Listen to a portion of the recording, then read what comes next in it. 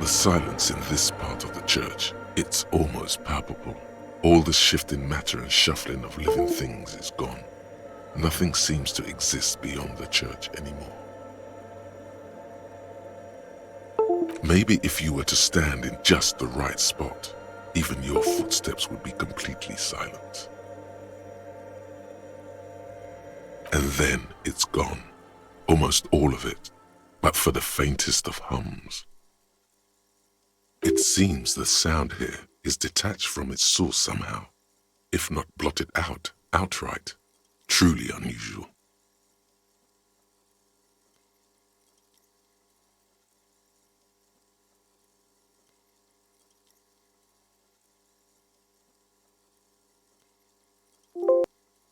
You can hardly hear your own breathing. You produce a few muffled thumps, after which the silence feels even more total, somehow. Your voice is barely audible, not a howl, but the softest of whimpers. The lieutenant points to his ears and shakes his head. Then he leans closer. Can you hear anything?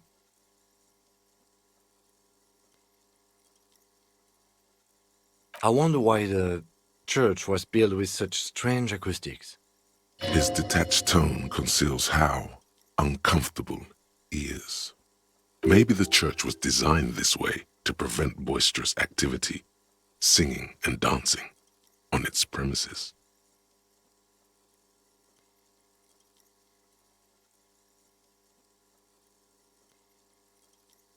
Please, detective, not this again. The orderly rows of ceiling panels become barely visible, then disappear completely in the darkness of the tower overhead.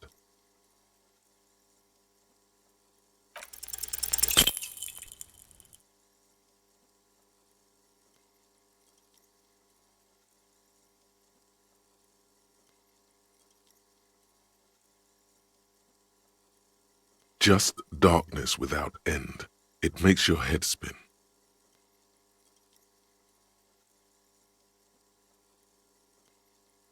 Filled with vague shapes of woodwork, the sense of a great height. There's nothing. You're dizzy and disoriented as you see dark and more dark rising. Officer, what are you looking at?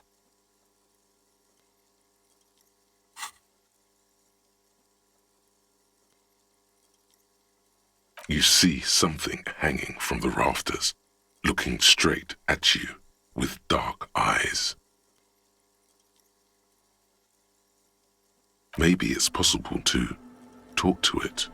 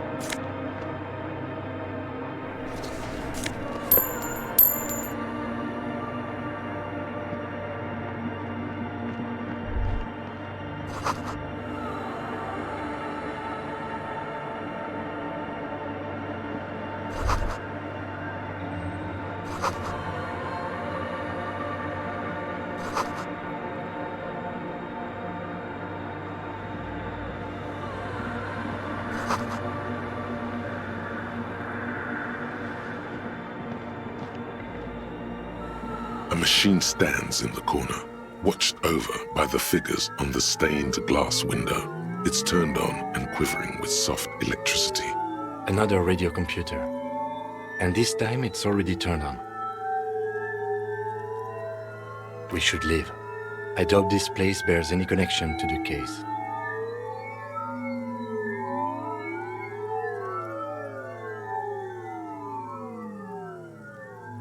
It's also quite similar to the one we have down at the station. Must be the same model. The one you saw earlier was the Rheem Civic. This is the Rheem Pt.8, a model number RC7024, equipped with a Fell mainframe and a Rheem-compatible interim printer. The Rheem Pt.8 is the governmental version of the commonly used Rheem Civic model. Although mostly based on the same technology, the Rheem Pt.8 is equipped with better noise attenuation circuits. You see fluorescent play and print buttons on the keyboard. A hatch connected to the central compartment is wide open. The lieutenant says nothing. You see the machine's glowing frame reflected back from his diamond-shaped glasses. Behind the hatch sits a cube-like crisscross of filaments, smoldering in the dark like fireflies. Silver tape on the side says, in black marker, log, February to March. Another filament memory. Press play to talk with the repeater. Nothing happens. The speaker comes to life. Static seeps through the machine's planar magnetic driver. An old lady greets you. Her voice sounds 100 years old. Good evening. Votre accident on Saint-Brun. This is the East Insulindian Repeater Station 1. Please repeat. Is this the personal log? It's the same old woman you spoke with through the radio computer in the doomed commercial area.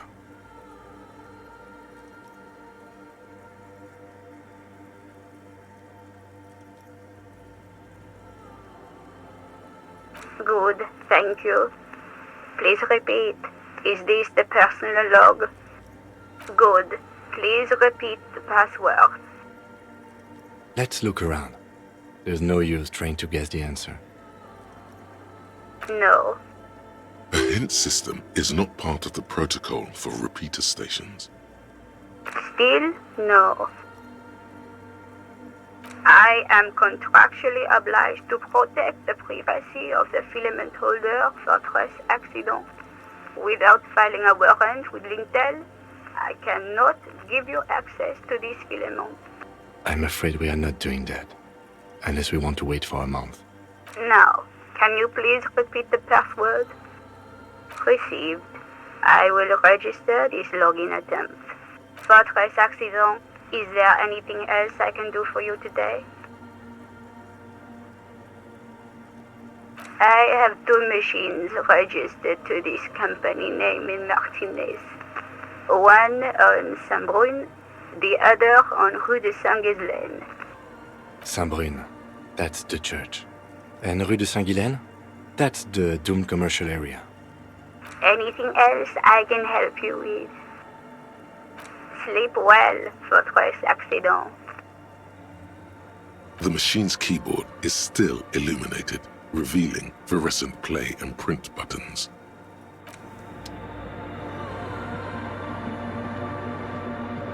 In white, silver, and apricot faience, the young mother of humanism stands above you. A crack runs across her body. She is impossibly tall, oval-faced and sad. A dark and radiant majesty. This is her innocence, Dolores Day. Cradled in her arms are a pair of glowing lungs, clearly visible from underneath her flowing dress. You should kneel.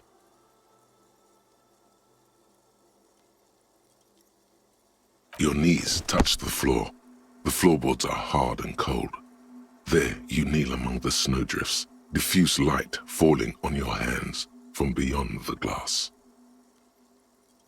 The world is silent, but but for the creaks and cracks of the massive wooden structure behind you. It covers you from the wind outside. In the darkness, you sense her eyes on you, inspecting you with their multicolored glass, as if you're a bug under a microscope.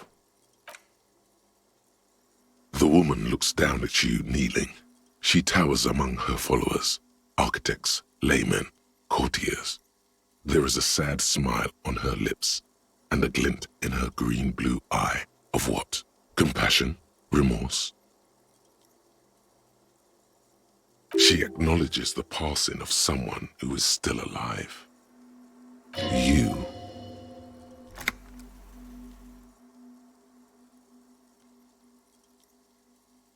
As that useless word passes through your mind, the lieutenant draws an X-shaped cross from shoulder to shoulder. Your fingertips touch your chest 4 times. Then you rise from your knees into the apricot-colored light of the window. Above you, the woman still smiles her distant smile, sundered by the crack in the glass.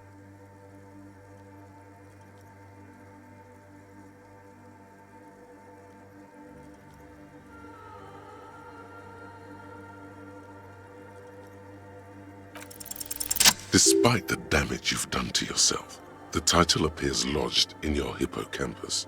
This is Her Innocence Dolores Day, the innocence of humanism, internationalism, and the welfare state. Perhaps the most famous human being ever to have lived. No amount of Commodore Red can wipe her sad smile from your brain thing. It has survived the deluge and haunts you still, and will haunt you forever, as it haunts all men. The highest category of historic individual, an embodiment of the world spirit. More, an innocence is elected to office by the founding party, a precedent that has taken place a mere 6 times in the entirety of history. The legal system of the Real Belt is built to accommodate an authentic rule should it coincide with our time. An innocence is infallible. The decisions made by one are not decisions. They are inevitabilities. What would have happened anyway? Only accelerated, packed into decades instead of centuries. An innocence is a continuous, compressed event, a sacred human being. It is an honor and a glory to live when one is in office. No, we are alone.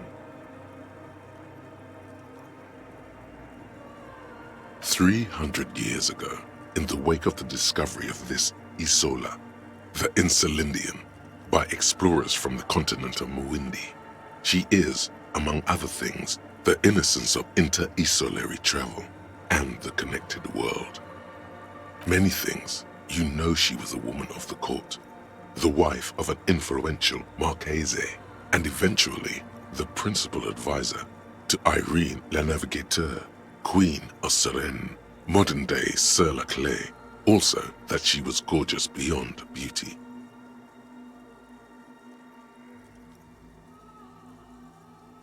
Draped in ancient sadness, are you sure you want to remember this bit of historic trivia? Standing under a long, slender form like this, dwarfed? The past is a silo of sadness, fermenting. You should keep away. No, you must know. Terribly, women of the court were expected to play both contract bridge and chess sufficiently well to prove an interesting challenge to a man.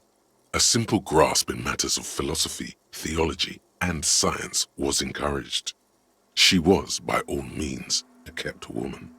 She made the most of her position in the antediluvian court, a court visited by the most prominent thinkers and artists of the day. In secret, she was becoming the era's preeminent philosopher of the state, a scalpel, a piercing gaze. She was an almost preternaturally magnetic and intelligent individual.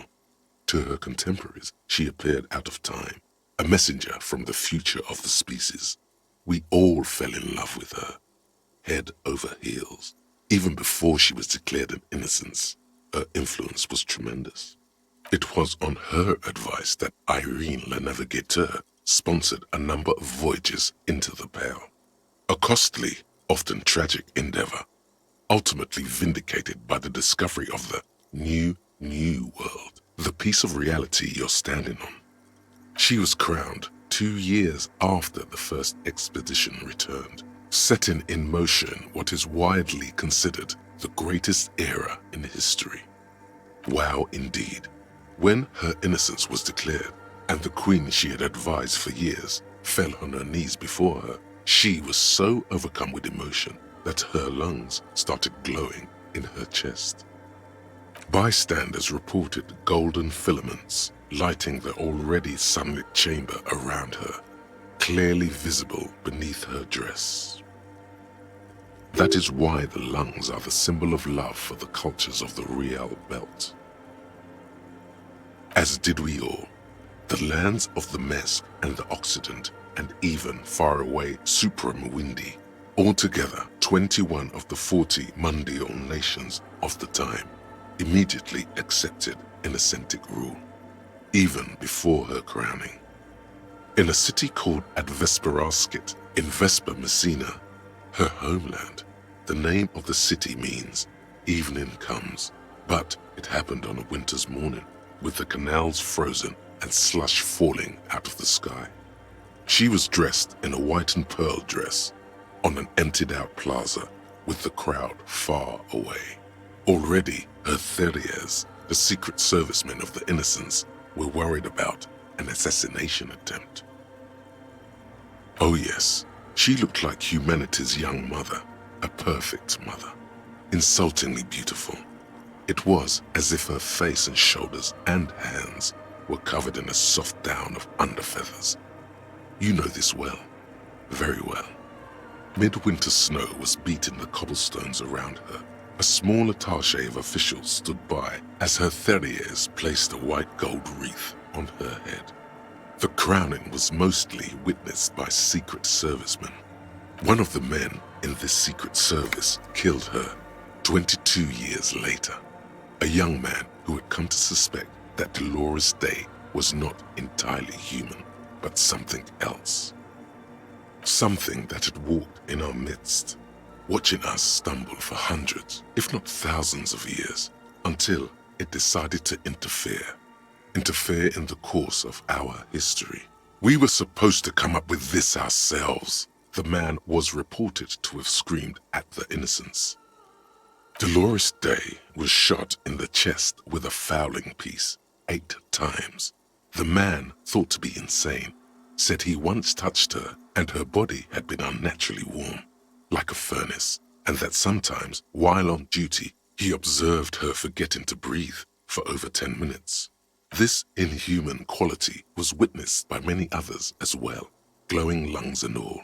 It is commonly attributed to mass hysteria and religious psychology.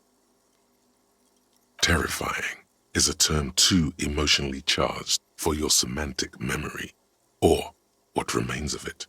But terrifying, it's a simple word. She was bad for humanity, and you shouldn't have started thinking about her.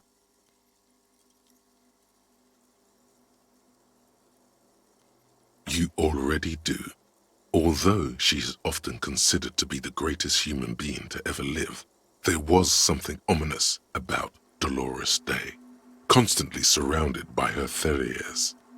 She was the most socially secluded and least self-aware of all the Innocences. Some modern thinkers would consider her a war criminal for the campaigns she waged against the Mesk state. And then there were the resettlement programs. The Mesk state tried to detach itself from Innocentic rule. Parts of the world were experiencing whiplash from accelerating into secularism. Her mandatory education programs and mass resettlement of upstream Marguerite were problematic as well. Dissenters were suppressed by a military force she called the Army of Humanity, suggesting those who fight against it are not part of humanity. She adored chess, yes, but also military war games. Dolores Day often holds a tiny tin soldier between her index finger and thumb in icons such as this. She was also blonde, the blondest woman you have ever seen, with green eyes the color of the Pacentic, mare interregnum. Little is known of her Marchese husband. It's as if he vanished from history after completing his role, which was to introduce Dolores Day to court. In conclusion, yes, there is something lonely, paranoid, and even terrifying that people seldom mention, but feel when they think of her. This subtle terror is part of her iconography. Lieutenant Yefreiter, you've stood there for over 5 minutes. What are you thinking of, if I may ask?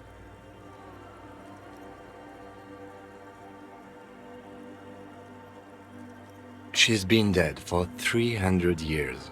I am almost 1,000% certain she isn't connected to the case.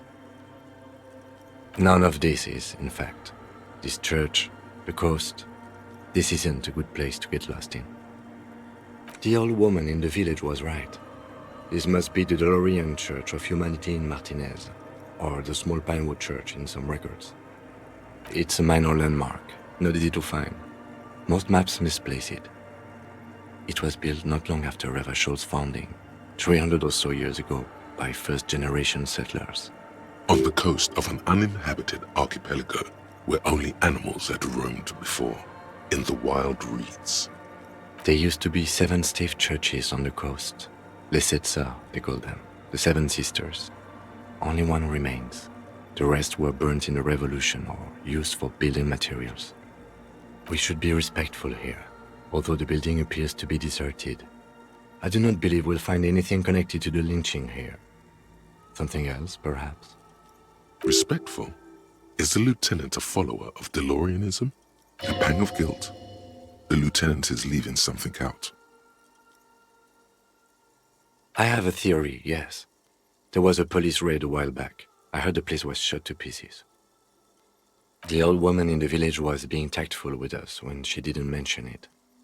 She has more respect for the RCM than many around here. Well, your station was involved, I hear, although I can't be sure. How come the lieutenant isn't sure? Is this confidential information? 3 precincts were involved in the raid, and people say Precinct 41 was one of them. I am pretty sure it was a clandestine operation. I don't know anything more about it, why it was conducted, or who participated. I try not to pry into extra-district matters.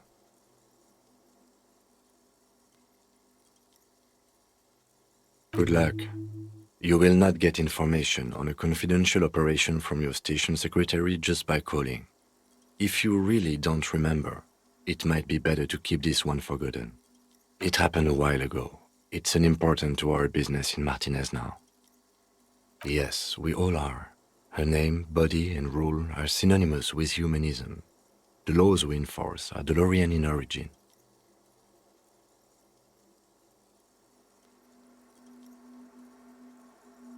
It's not spiritual, it's constitutional. The DeLorean system does not demand faith, only accordance. A jigsaw of broken shards falls into place in front of you, a ghostly reconstruction of the stained glass window.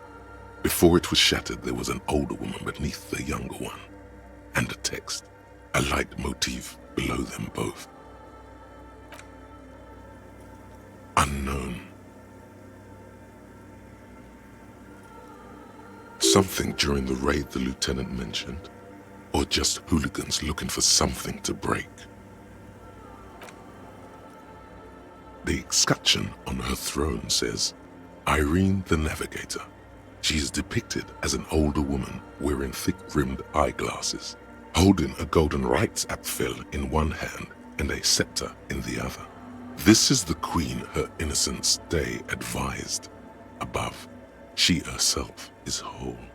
Small figures of wise men, common men, worshippers walk up the stairs to stand at her feet. Secret servicemen, 30 years, stand in a row guarding her. It must have taken years to produce this work in all its dizzying detail. Below both women, in luminous black letters, après la vie, mort. Après la mort, la vie de nouveau. And then along the left side, après le monde, la gré. Après le gré, le monde de nouveau.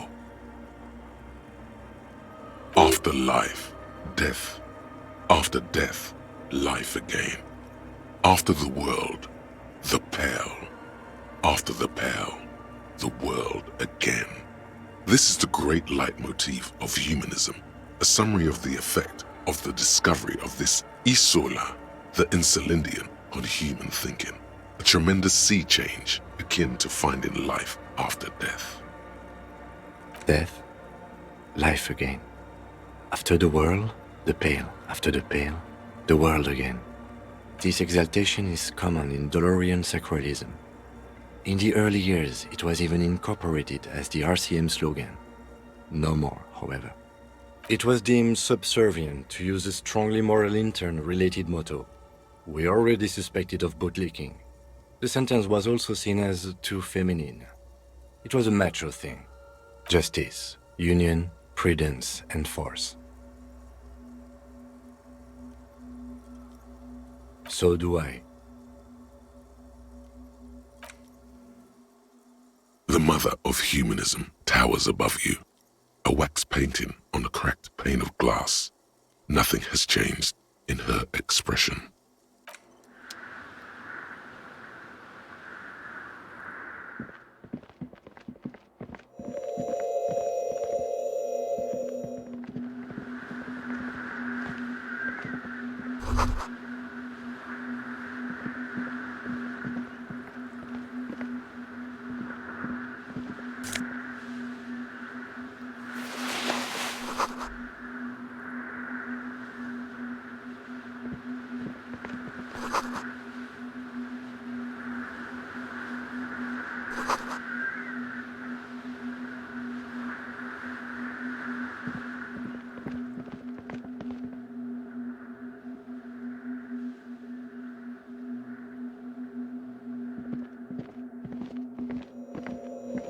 Is that a man? Looks more like part of the carpentry of the building came alive and is now studying you intently.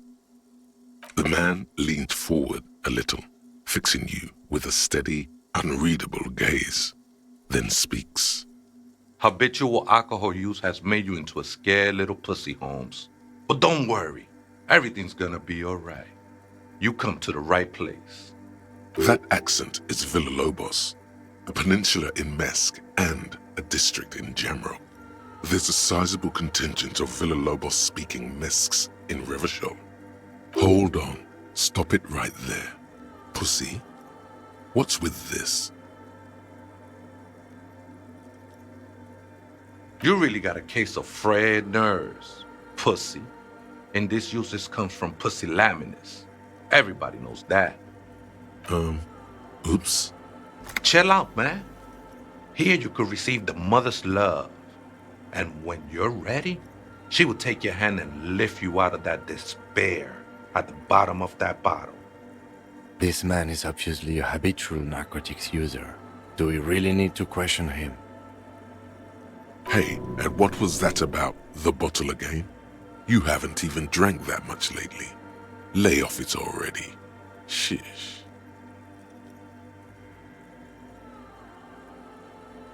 Está crudo, way. I see deep inside you. Your body and your spirit are suffering greatly from overindulgence. And you don't even know it.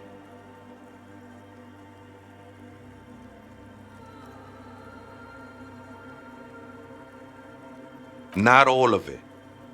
I was like you once. You don't know all the havoc El Vino is wrecking on your mind and your spirit. Necesita parar, homie. You know, actually, since we're here, you may want to pay attention to what the ceiling climber is saying.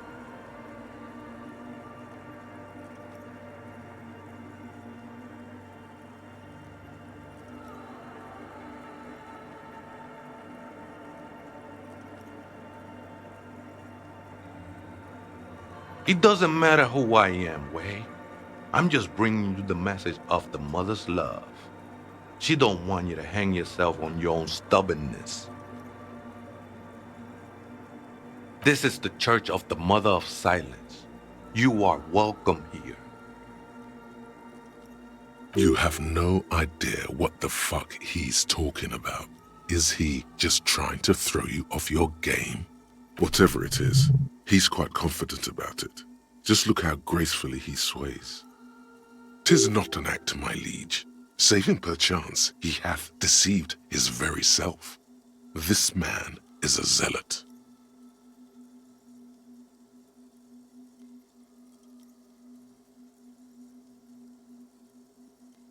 Other spooker? Oh, esa viejita es muy estudiosa. Don't know, Holmes. Viejita is grandma?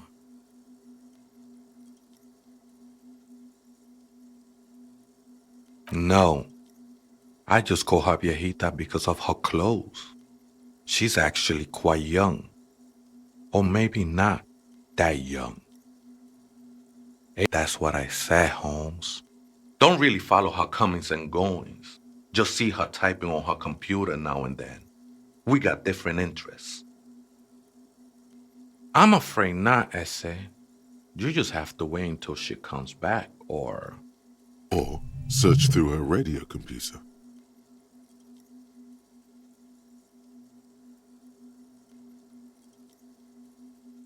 too many times, Ese. You need it for something. Surveys are a good way to fish for personal information, especially in the name of public safety.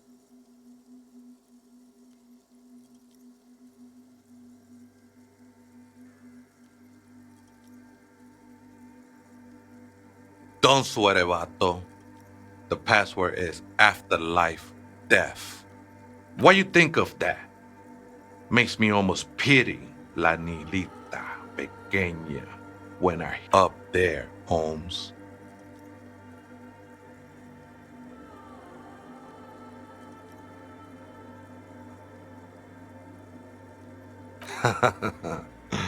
I am, at least in part, Holmes. Into the mother's love burns away the cruel distinctions of the body. What does he mean, in part?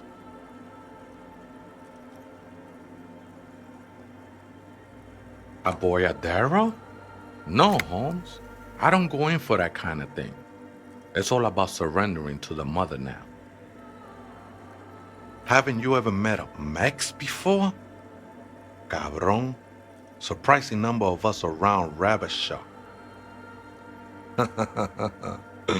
Not sure I'm contributing to the economy none, Holmes. Glad you're feeling more comfortable. First-timers are always nervous. Oh man, I would love to see that statue. I'm sure I'd be trespassing if the church was in use. But it's not, hombre. I done my share of illegal shit. Used to be in a gang, the whole deal. But even memories of that time are fading. Most of them are already gone.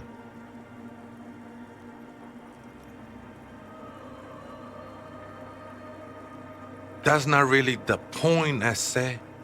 You gotta give yourself over to service. Service of the mother, that is.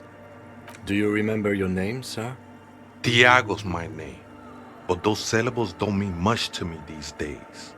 A name isn't just your identity, but also, so to speak, your place amongst your fellows, your place in the world. I ain't got no use for such a place anymore.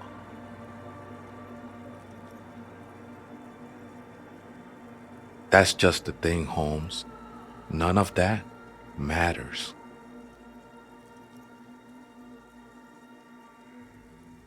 This is a special place. There's a perforation in the world up there, a way out into nothingness. This church was built around it for purposes of veneration. I circled it, nurtured by the silence bestowed by the mother. One of these days, I'd be pure enough to go drink from it directly.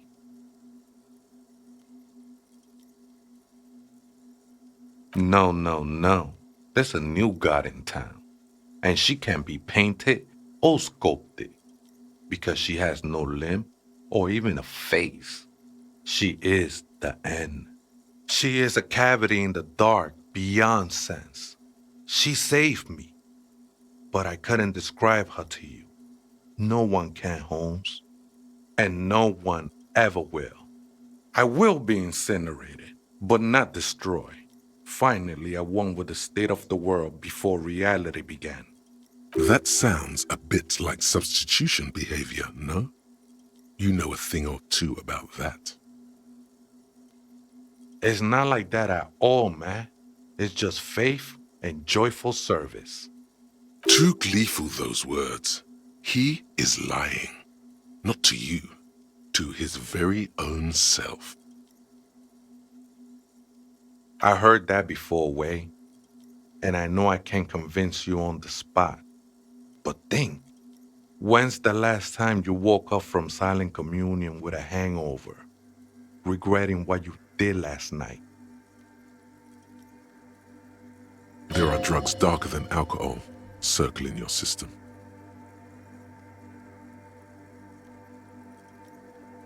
She took you for a good spin, huh? Don't worry, bro. That love is but a drop compared to the ocean of the mother's love. The mother will eat all of you and never spit you out.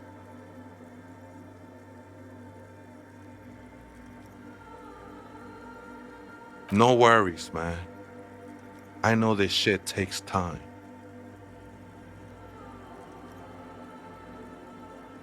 I think they were. A long time ago. I had to shed them like skins to get closer to the center of the silence. You could have them. I don't need them anymore. They look pretty dapper, actually. I'm a seraph, Holmes. I sing the mother's glory.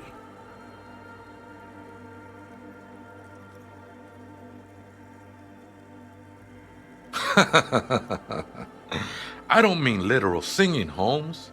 This is the mother of silence we're talking about. It's the singing of a burning heart. You may be thinking, but fire crackles. No, Holmes. That's the material that's burning. The flames themselves are without sound. Hard to say. I think I did some construction work here, back when I still had material worries. Up there, I realized what the true purpose of the church was.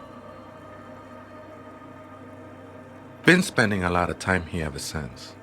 The past is nothing to me now, Way. It didn't belong to me.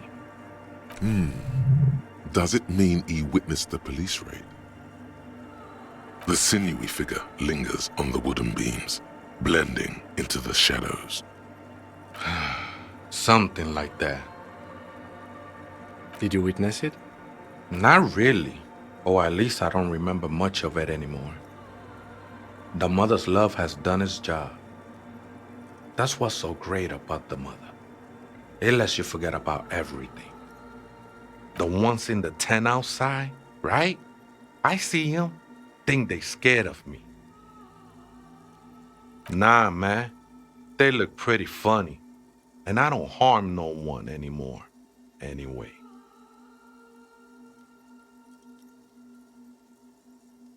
Why not? They wouldn't bother me none. I'm usually way up there, imbibing.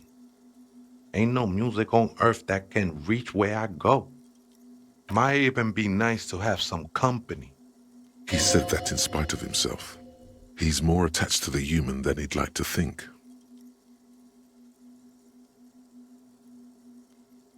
I think we're done here, Essay. That was an interesting conversation. However, I'm still not sure how it's relevant to our investigation.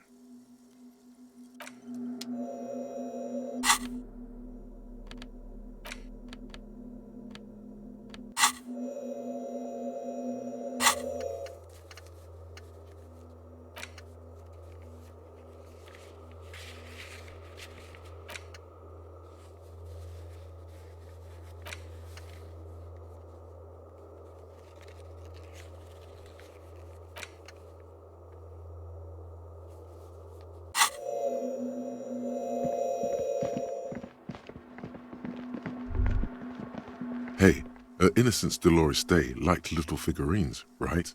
Liked holding little men between her fingers, remember?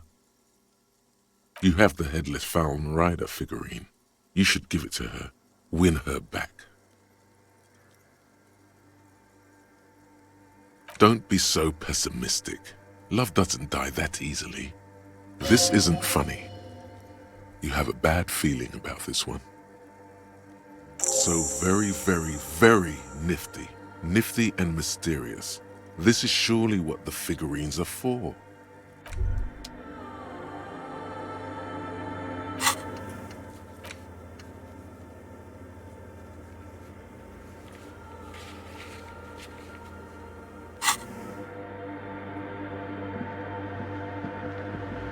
The mother of humanism stands above you. A precious... Why? That does seem to be a problem. Maybe you meant something else? I don't know. What are we thinking of? Part of your mind has gone on to other things already. Only a strange little sadness remains. The mother of humanism towers above you. A wax painting on a... The machine's keyboard is still. The speaker comes to life. Static seeps through the... Good evening. Votre accident en Saint-Brun. Good. Please repeat the password. Good. I have unlocked the filament. After ending the call, please press print to access the filament. Votre accident. Is there anything else I can do for you today? Sleep well, votre accident. The machine's keyboard is still illuminated. The printer prints out a long text document with dated paragraphs. It looks a bit like someone's journal. The first entry, made on the 4th of February, 51, by an unknown author, is short and concise. Arrived at the church. The door was boarded up, so I used the crowbar to get inside. Looks like the place has been deserted. Nothing out of the ordinary, but I'll ask around. Need to figure out how to get the electricity in. The lieutenant leans closer, scouring the printout over your shoulder. Just as you finish reading, he looks up, muttering under his breath. 4th of February.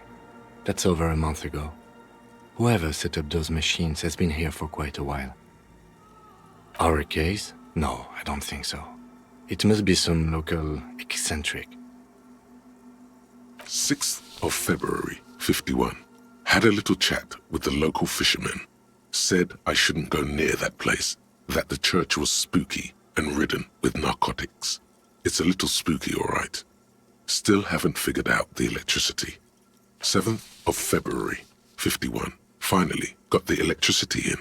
Next on the agenda, a new antenna. I'm thinking ESCA series, something advanced. Why would anyone need any of this equipment here? 8th of February, 51. Bought the antenna, had some problems setting it up. Called Simo for help. Heard the others are back to making art. Drinking somewhere out of town. Sulislav started a rock band again. Lexi has been seen asking money from strangers.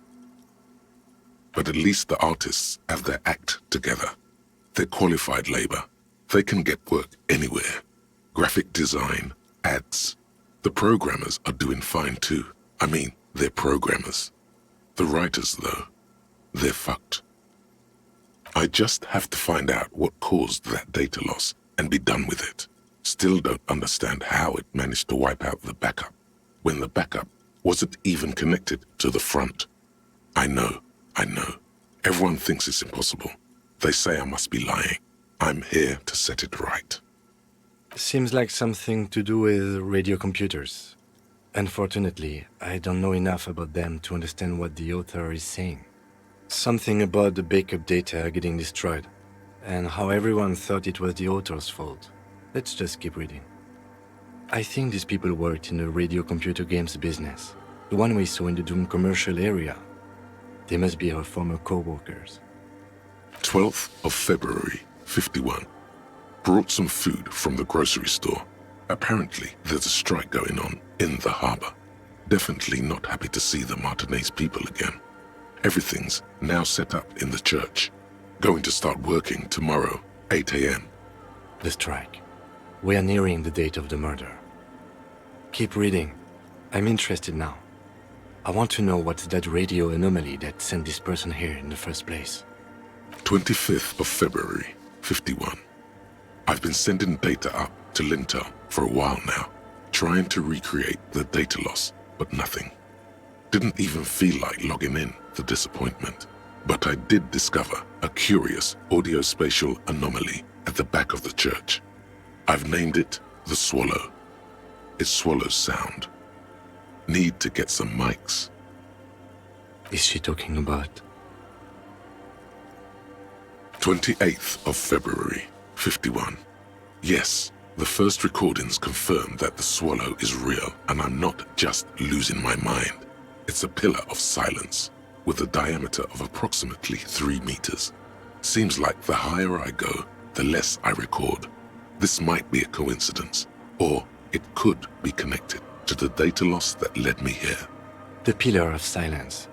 She is talking about the silence. Is she suggesting it's more than just an architectural quirk? The lieutenant doesn't answer. He follows your gaze, studying the basins. The water shines in them. No ripples. March 51.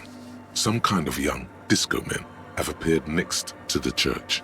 I've been trying to record the silence to find the epicenter, but now it turns out I've also been capturing the future of dance music, one neo-disco song over and over again. Fortunately, the song is so monotonous, I was able to devise an algorithm to factor it out. The other day, one of the disco men came in. Before I could even say hello, she got scared and left. Good, I don't want anyone distracting me from my work. That disco man must be a cell. A girl on the ice? Sounds like her, yes. March 51. I got a call from the repeater station. Someone has tried to access the radio computer in our old office in Martinez. Can't do anything about it. The storekeeper still doesn't want to let me inside the building. Thinks I'm part of some kind of curse. How Martinez of her. I knew it wasn't a good idea to meddle with that machine. No. It was a great idea. You're learning things. This is how you learn things about machines. March 51. A new 2-meter aux cable. Noodles. Crackers. Ping energy drinks. Water. Toothpaste. Gum. Also some canned air. Your reading is interrupted by the sound of the church door opening. A strange woman makes straight for the radio computer.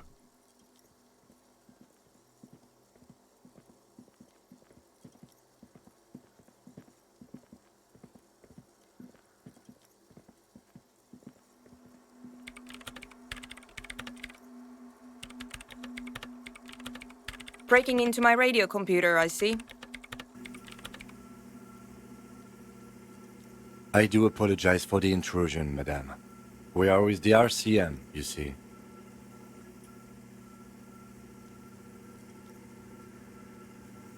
Well, you won't find any music venue organizers here. It's just me and my computer, and it has been this way for weeks. Now please give me some room. I need 2 seconds to see that you haven't destroyed anything. We should talk to her after she has rebooted the machine.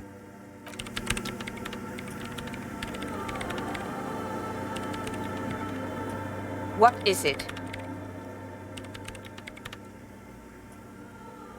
No, you just printed out my personal log and wasted some paper. Yes. Or no, not anymore. That project is dead. She doesn't seem surprised to be recognized. Rather sad. Something passes over her face before she straightens her back. I am Soona Luukkanen-Kilde, the former lead programmer of Fortress Accident and RSA radios. I have over 16 years of programming experience, and I'm proficient in both Vox and Orbis languages. If you're not here to hire me, I don't really know how I can help you. Did she say over 16 years of experience?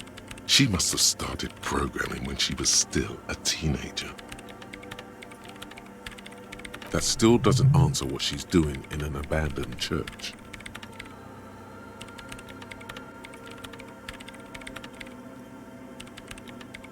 Nope. Yes.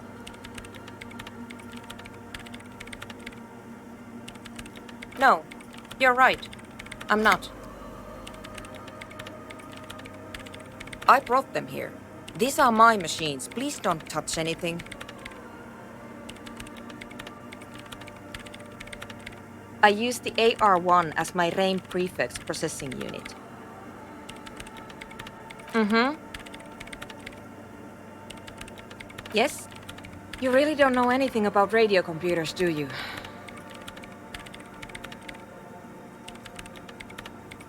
All right.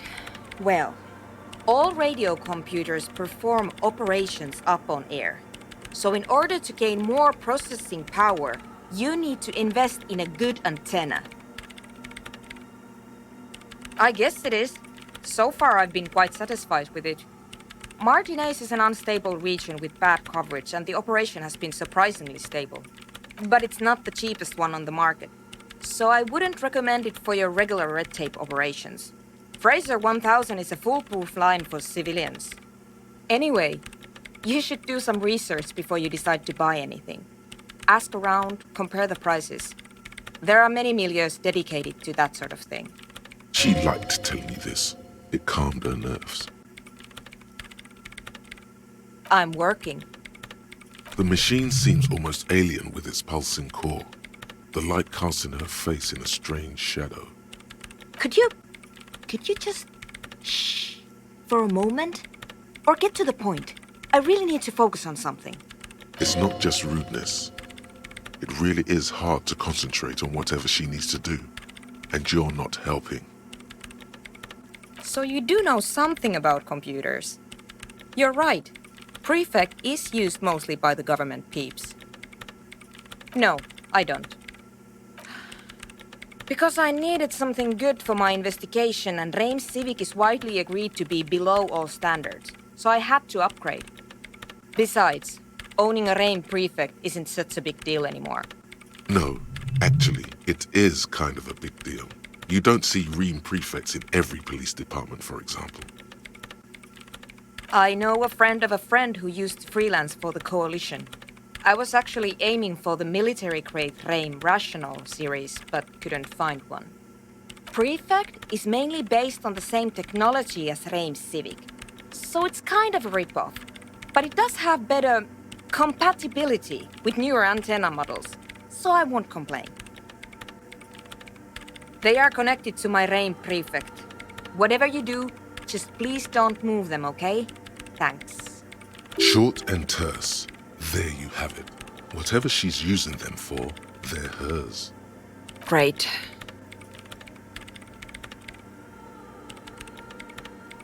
You really like those questions, don't you?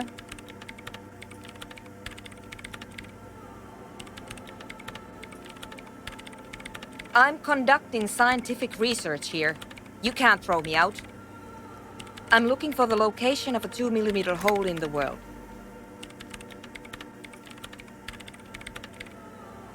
Wait, what? She's looking for a disruption in the radio waves. That's what her personal log said. The lieutenant raises his brows, but doesn't say anything. Yes, that's what led me here. But I suspect it might be something a bit more complicated than that. Exactly. What does it mean? Up to now, it has been impossible to say what it is because it's impossible to measure nothing. What do you think it is? What qualities does nothing have? How do you measure something that does not exist? That's a little above your pay grade at the moment.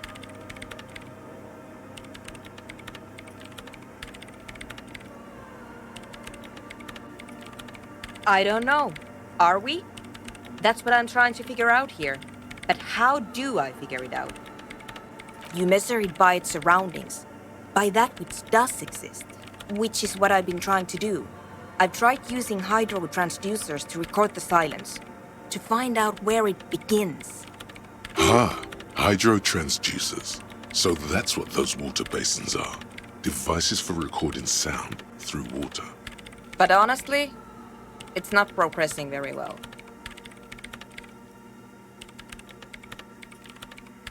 Somewhere underneath those roof beams, I assume. Only a faint crisscross of rafters can be made out from the dark, most of the tower disappearing into the shade. Strange things may flourish in the dark. There's this place at the back of the church, a place where all audible vibrations seem to decease. I've named it the Swallow, and the higher you go, the less you record. The Pillar of Silence? Are you sure it's not just an architectural quirk? Maybe, but it's oddly close to the physical coordinates of the data loss that led me to this place.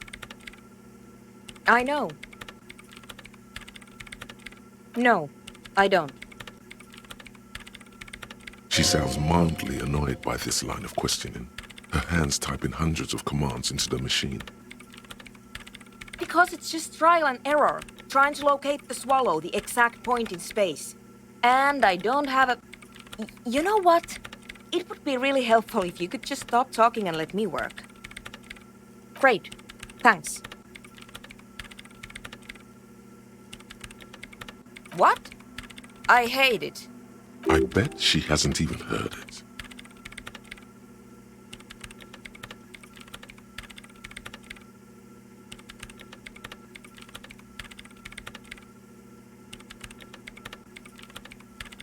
Yeah, like all the time. My tent neighbors don't really ease up with their partying, do they? Maybe I'd have to be on drugs to get it, but to a sober mind it just sounds like uninspired rug whipping. No idea what it has to do with either dancing or music. This is about those speed freaks in the tent, isn't it? I've got some news for you. It's not a nightclub they want to build here. Take a guess, why don't you?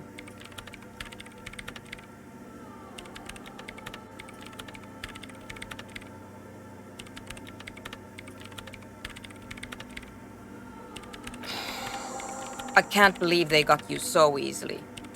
Go have another talk with those up-and-coming entrepreneurs, will you? Thanks. Good luck. I'm not coming in there.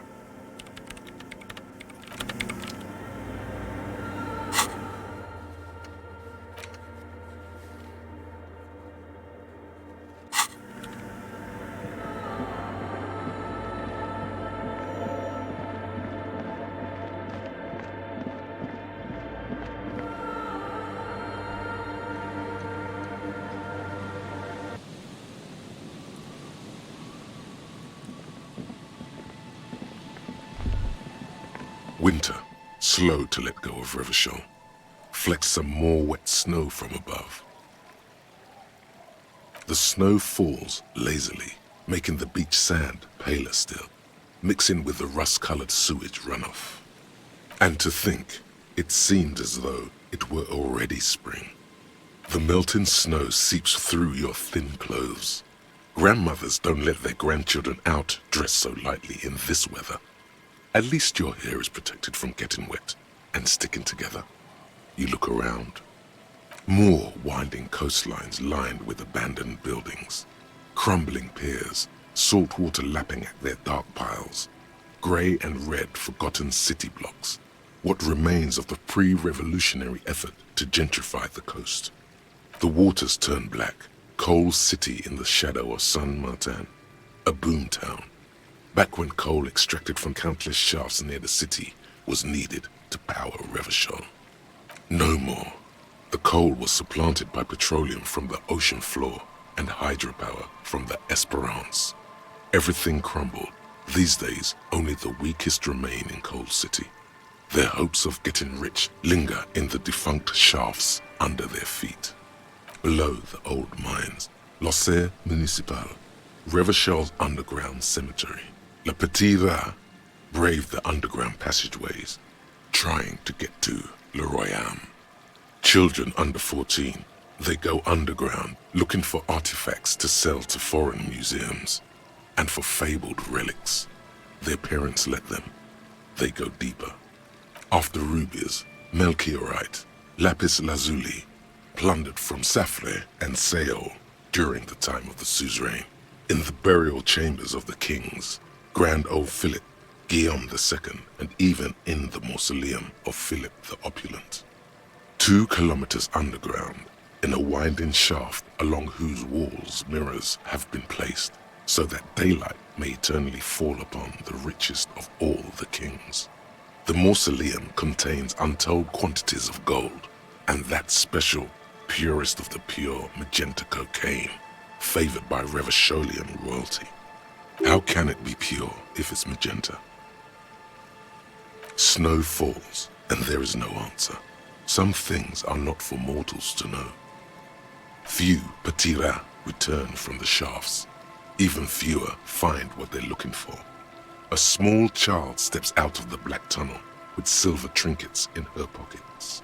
All around her, white snow on the extinguished coke furnaces and on the weather-worn shacks where fathers beat their sons after drinking. The snow melts on your fingers, turning to water. The canal you crossed to get here and beyond it. Martinez proper, the district the police forgot to police. There is laughter, lights, attempts at entrepreneurial activity, cynicism. Someone is scraping snow off their windshield at the roundabout, in the midst of which a statue of Philip III serves as a destination for grade school field trips and a fine perch for winter birds. Like all monuments, it's also a warning.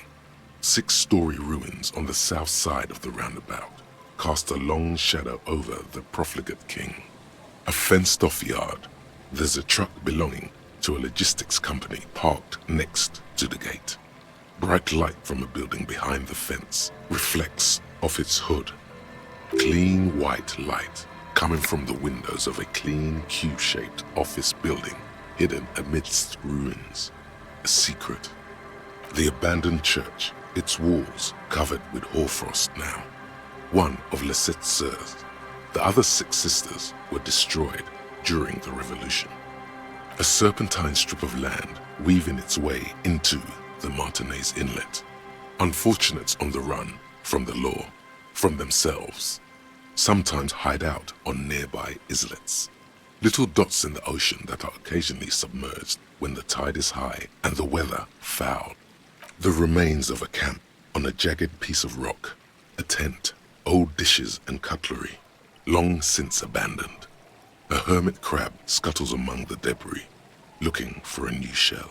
Further out, the lights burn bright on Resurrection. Way beyond Martinez, a popular spa destination for ample-bodied Ozon kids with equally ample pockets. Then there's Ozon, but the snow falls too thick. You cannot see that far. The Bay of Revachol, vastness, great depth, over 1,200 meters at its deepest. Water, air-brinier than here.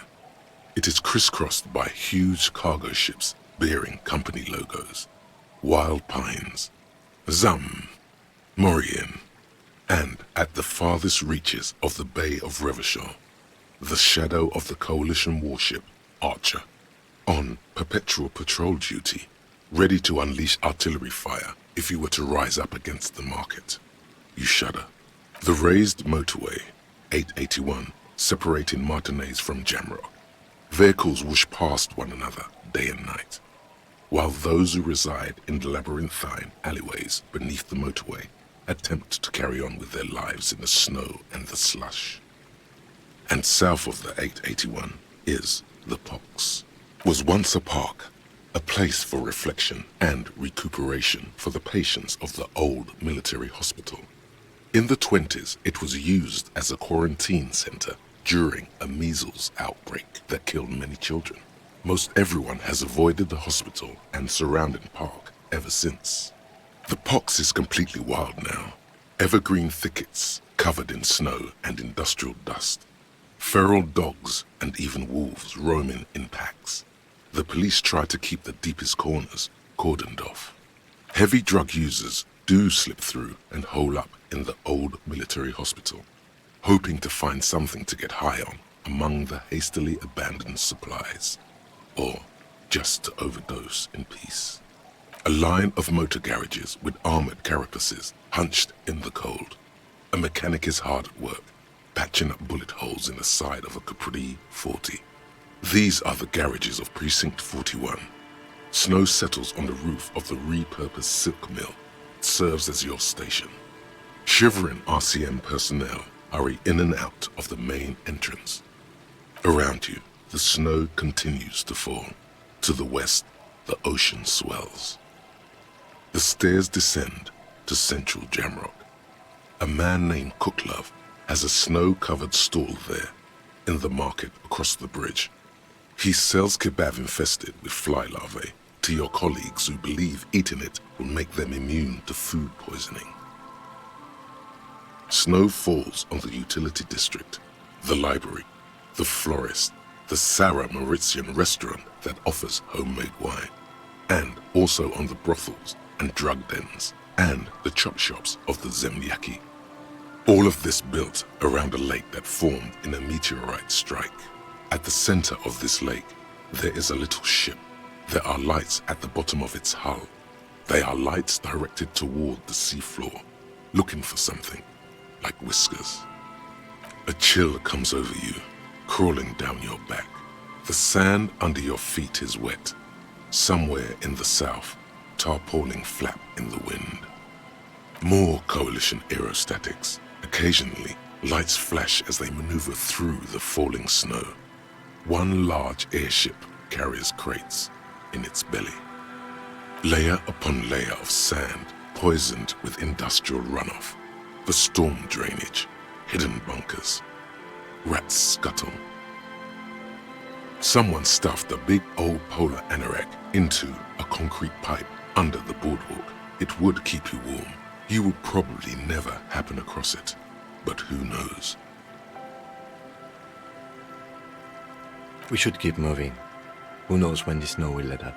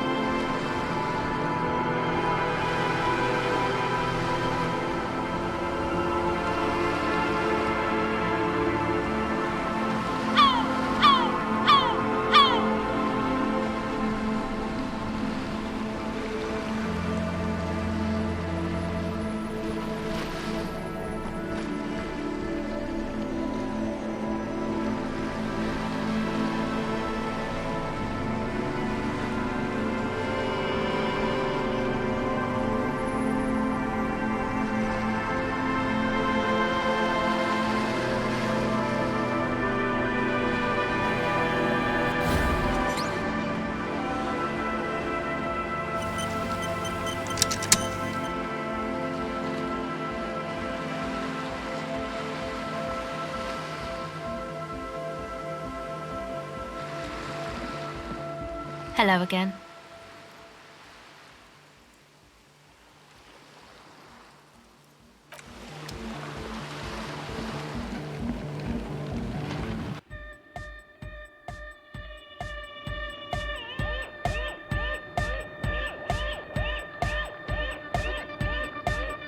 Hi again. So, how are things going?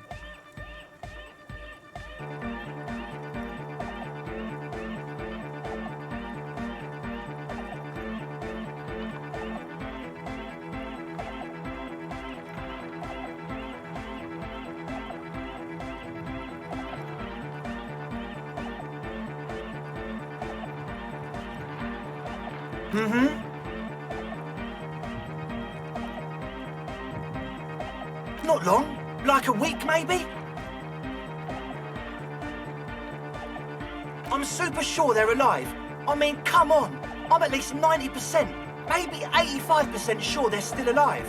Somewhere in the ruinous past that led you here, there was something called exams. You may have learned the term involuntary manslaughter there. Yes, I do. I listen to Channel 8 all the time. I know about crime stuff, and I assure you, officer, this is not what's happening here. I'm at least 80% sure they're alive. I mean, come on. Most people aren't ever that alive in their entire lives. I knew you'd get it. You're one smart cop.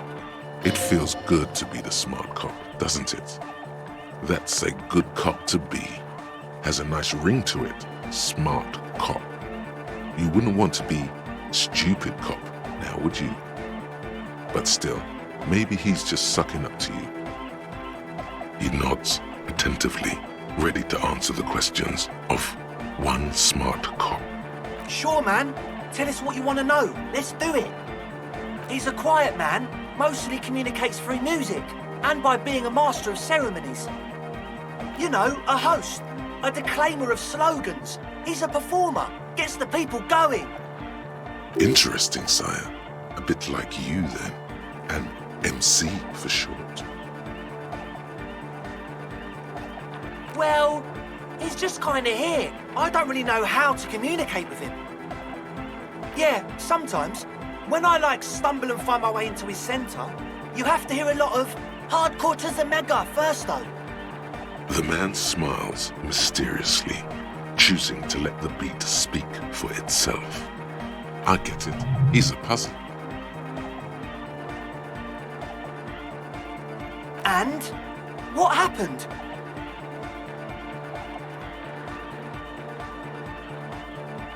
Oh man, the crab man you mean? Who is he? What did you think?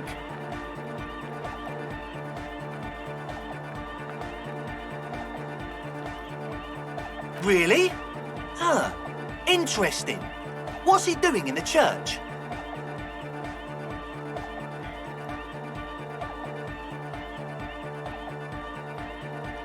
What do you mean?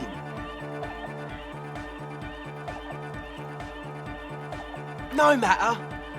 Is he gonna be a problem? Yeah, Noid is right. Let's get back to the point. What are we gonna do about him? These guys will never catch him. You will never catch him. There's nothing to do.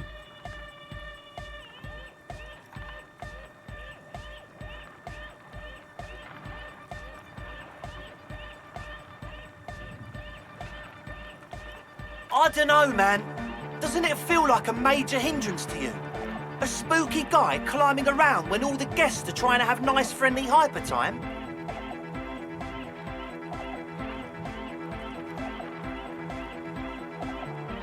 I guess it's not a massive problem, now that I think of it. Everyone is welcome to dance till the morning light! Yeah! Maybe. I guess we'll figure something out. Okay, but what about the other spooker? The one in Grandma's clothes? Did you see her? A programmer? That's odd. What was she like? Did you ask her about the nightclub? Come on, man. Who will you trust? A spooky programmer or us? We just want to make the world a better place.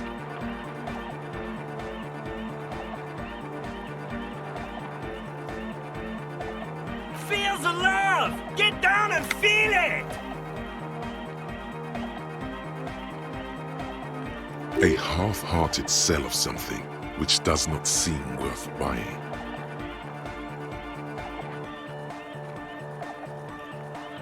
You'll get there, believe me. When we've got our gear set up, things will be flowing and pumping. Anyway, now that it's settled, how did she seem? I mean, disposition-wise, about the dance club idea. Ja oder nein? Rocking it or dropping it? What a pity! That's my favourite thing in the world! And she doesn't like it at all! A shame. What can we do now? Do you see a way out of this jam and into a laser-lit future of dance and unity? Unity! Dance! And you can't just evict her?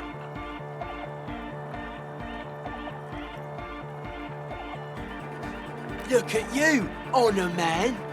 No, Noid. He's right. Maybe we've approached it the wrong way after all. I'm sure there's a workaround.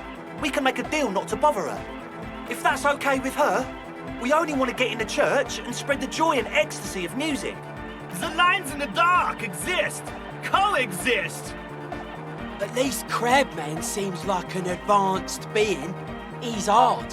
He'll understand. Yeah, he can do his climbing thing in the tower.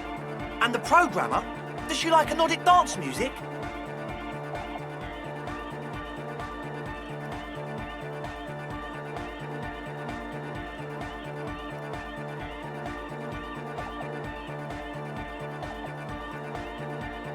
Wonderful! If coexisting fails, you can always muscle her out, right? If it's all okay with you, what do you think?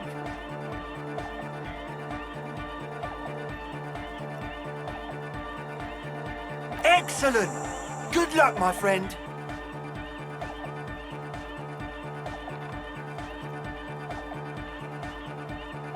Oh yeah, that's a meteor name for the founding party. Thought it'd be cool to use it. If you don't know what the founding party is, there might be a way to mask it with minor demagoguery. You know, of Meteo, concerning Meteo. Meteo, a country on Muindi, on the Muindi Isla. One of the poorest of the first world nations today, but once a great ancient civilization. Capital, Tilakos by Percentic.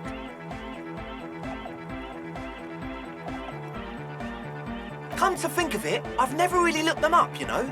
I can't give you a precise definition, but they're a very powerful religious organisation. And they have roots in ancient mass society. And they're the custodians of the Pericanassian Church. Plus, they anoint the innocents. They, like, made the innocentic system, no?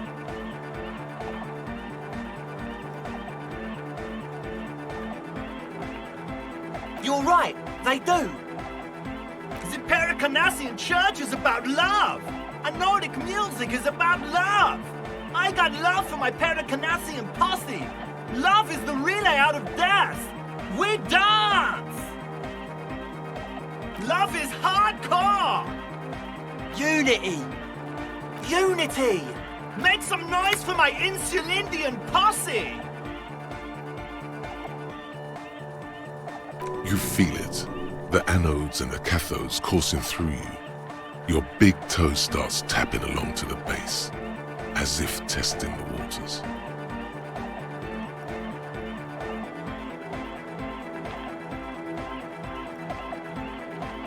Oh yeah, it can. He's coming around. You're getting it. Yeah!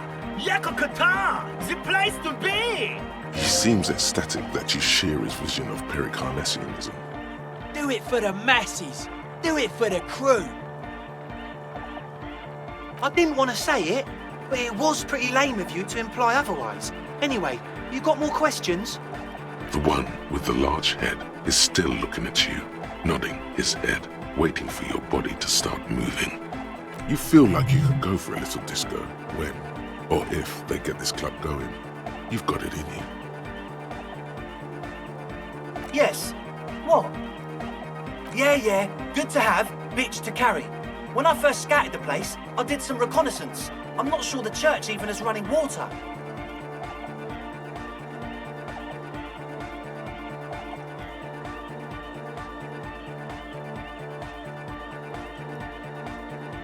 Oh. It's the one they sell at the fuel station. It's like he's lying to you, my liege. But he's slippery enough that there's nothing for you to grab hold of.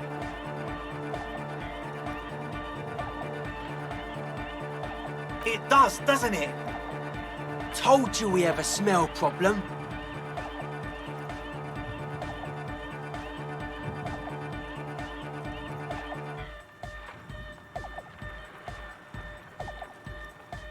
He sniffs the air, then shrugs. It doesn't take a forensic scientist to guess it's drug-related. They look and act like the kind of guys who've done their fair share. Unlike the girl outside, however, the boy's breathing is regular. Their jaws stay put and their pupils aren't dilated, so they're not under the influence currently. At least, not under the influence of stimulants. That doesn't rule out hallucinogens, benzos, some depressants. How do you know all this? The what now?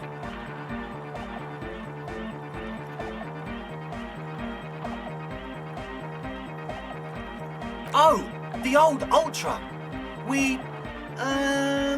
He's like an actor looking to the souffleur for his line. I have a major sinus infection. Stuffy nose. We all do. Shit's all blasted up. Winter. Can't even breathe.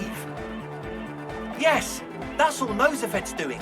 Without the Noser, I'd be drowning in shit right now. Nosafed is the shit.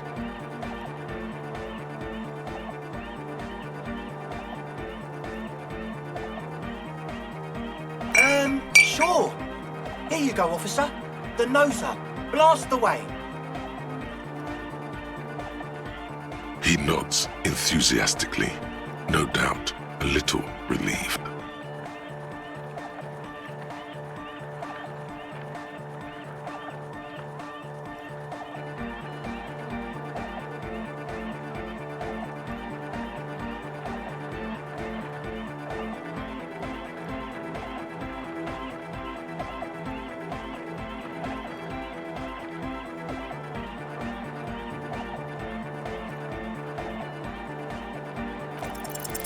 Well, first of all, you're a smart cop, and a smart cop like you would understand if something wasn't quite right. So this should be easy. The gist of it is, they want to turn the church into a club, but a suspicious element has overtaken the building. It's very important to understand what the gist of things is. Always consult the gist before making up your mind. Plus, and it has to be considered, you can't invent the future of dance music in this smelly old tent. Imagine if you had the church. That settles it. Analysis complete. Their story checks out. All in all, you really can't tell what that mean programmer grandma was talking about. Goodbye, officer. Huh? I see you're here again. Offside, man. Did I mention getting us into the church would help? A sticker? You mean the yellow one? Can you describe it to me? Interesting. He wants you to describe it, though he already knows what it looks like. So I can hear you do it. Sometimes the outside gaze helps us reflect on things. Noid, don't bother our guests with your games. Piss off, Andre. Me and Mr. Cop are trying to discuss art. You shouldn't talk like that. Cool.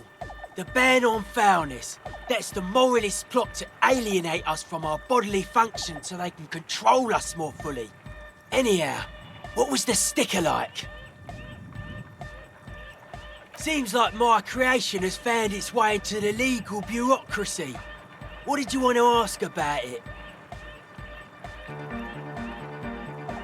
Simplicity was brought to us by a classical soul artist modernism, but that was a tasteful, harmonious simplicity, right? Well, hardcore is not tasteful or outwardly harmonious. It's a warning shot. This will be dangerous. The echo of man's loss haunting him. The sticker, the clothes, the music, same thing. Not alone. Many people are thinking the same thing right now. There's a gathering at the Palaceum. The beat is the same for all. The dead guy's smiling. He defeated history. We are living in the age of history, and in the eyes of history, we are always already dead. How can we ever smile then? Because history is a lie, and so are its deaths. The present moment and life are the hardcore. The hardcore expels death. Or maybe he's not dead. Maybe he's just really ecstatic about the beats.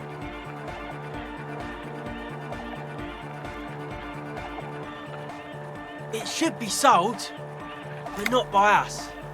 I guess one could write an entire treatise on the thing. But what for? Nah. Still strongly out of sync. Stage gamma disalignment. You heard me.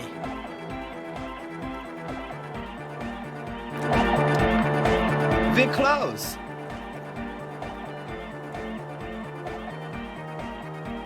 True, hard, full car. Hardcore! Hardcore to the mega. Here comes the night.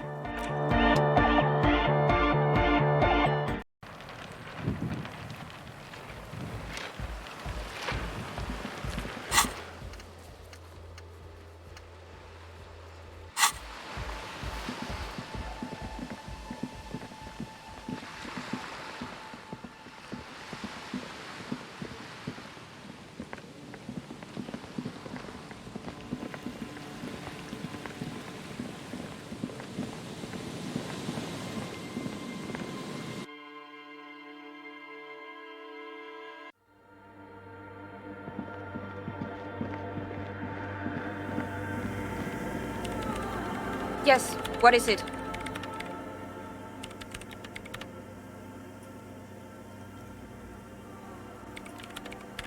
I don't want to make anything work.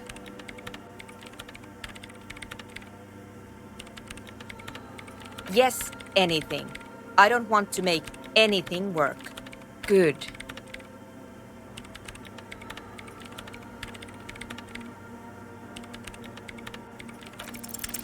Easy.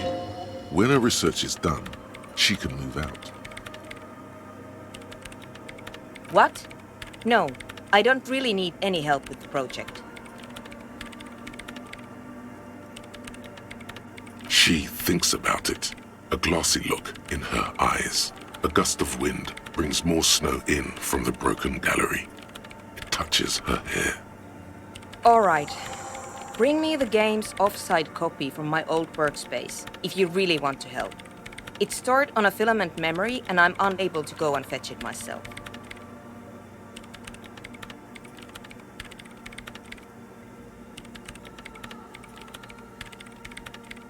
Yeah, that's the one.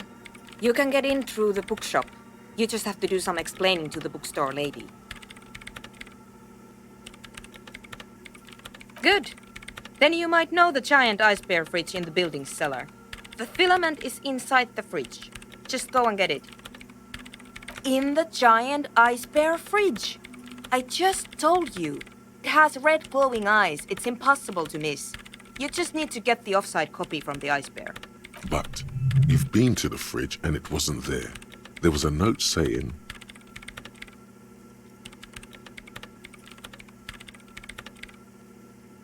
Wait, a note from whom? Did it specify where they took the filament memory?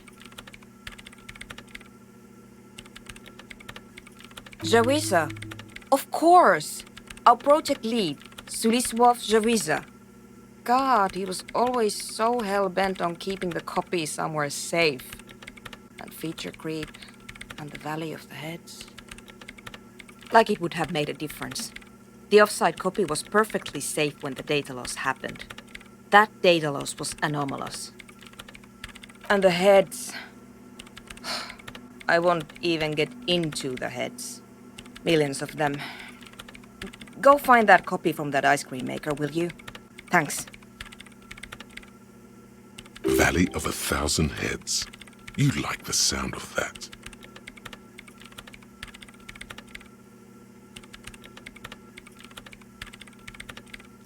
Wait, what? Whose dead body? You know, we don't actually have to tell the entire world about the fridge. Whose body is it?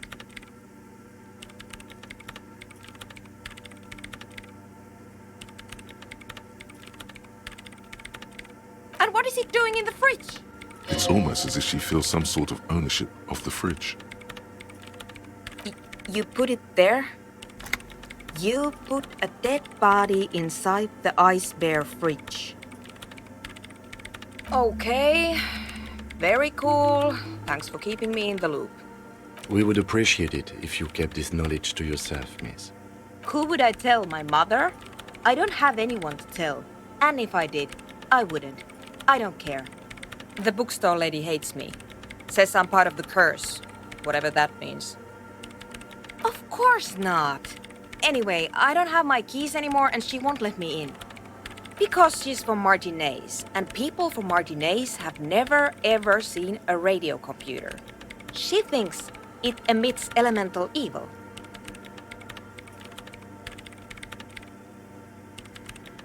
Yes, but she literally started praying for the higher powers when she first saw my Reim Civic. I'm not making this up. The lieutenant coughs like he's amused. Once I came in one morning, only to find that my terminal was full of those strange trinkets and amulets. Wards. It looked like some Semenine magic. It's a backup of my former employer's project, the radio game we were working on. It's stored on a filament memory, just like the one inside this radio computer. She's making it extra simple for you. The backup itself is destroyed now, but I'm hoping to use what's left of it to pinpoint the exact location of the anomaly. You just have to go to my old workspace and get the filament. Hold on. If it's called an off-site copy, then why is it still on-site? Oh God, not this again. It is not on-site. It is in the basement. Perfectly safe and not connected to the front at all. Basement? Sounds like it's technically still on-site. And no, taking it outside the building wouldn't have protected it from the data loss. There's nothing wrong with keeping the backup in the basement. What happened was a freak accident that has nothing to do with how the backup was stored. We clear? This is clearly a painful topic for her. She must have had to explain herself numerous times. This is getting ridiculous. Can't you just defrost it? Or, I don't know. I don't know about the ice cream maker. Just figure something out. There's a solution, but she doesn't want to hand it over to you yet. It's a thing. Something she holds dear.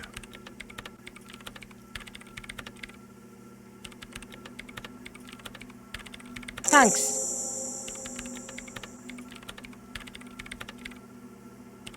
And here's my Kvalsund multi-tool. You might need it to hack loose some ice. It opens everything. If you get me the offsite copy, then you can keep the Kvalsund. It hurts a bit for her to say this. She's not too happy to be parting with the Kvalsund. Yes? Thanks.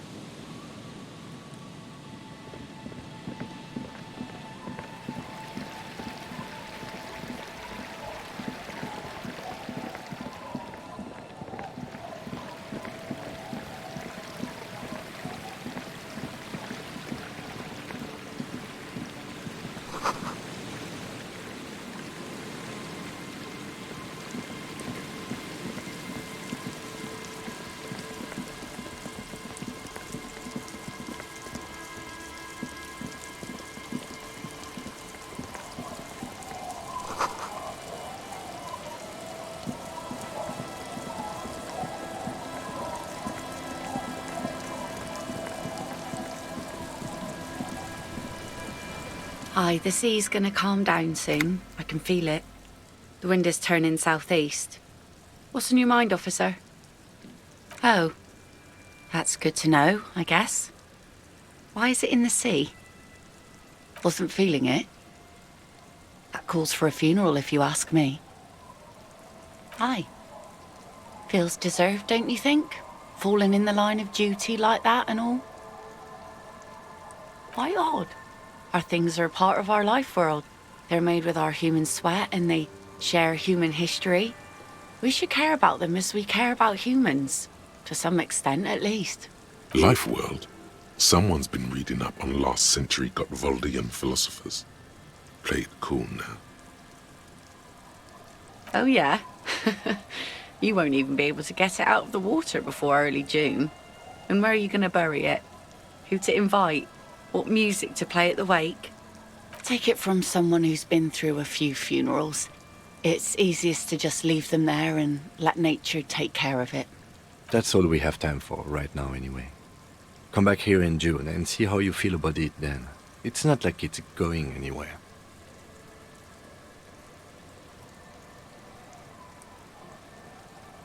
Yes, that is a pity. But for now, let's focus on the things we do get to do. Like the murder investigation, for example. You like the Capri funeral idea?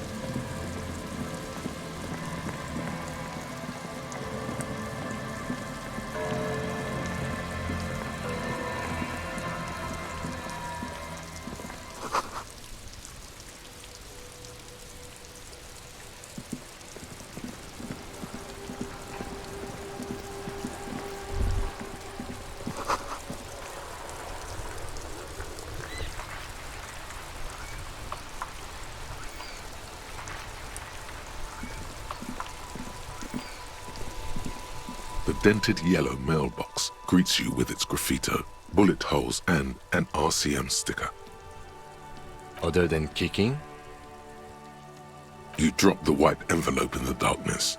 It lands with a soft thud on what sounds like a couple of letters. About a week's worth of mail as collected in there. They'll empty this very soon.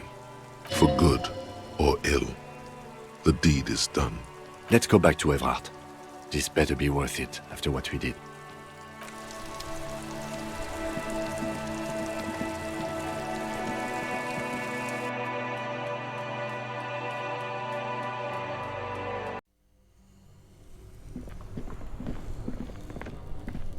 This orange machine is dead still.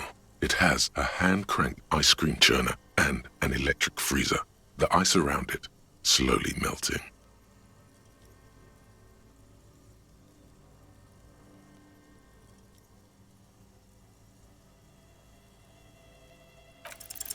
Ice groans and howls under the strain of your giant Kvalsund multi-tool until the lid cracks open. Darkness lies inside, but you can faintly make out an object, intricate and foreign, left there for a sub-zero beauty sleep filament memory with the words "off-site copy" written on its side. You gently lift the cube from its frosty bedding, careful not to damage it. We should take it back to Miss Lucan and Kilda as soon as possible. I'm not sure how well unused filaments tolerate room temperatures. Yes, but aren't you curious to know what's on the precious filament? There's a radio computer upstairs.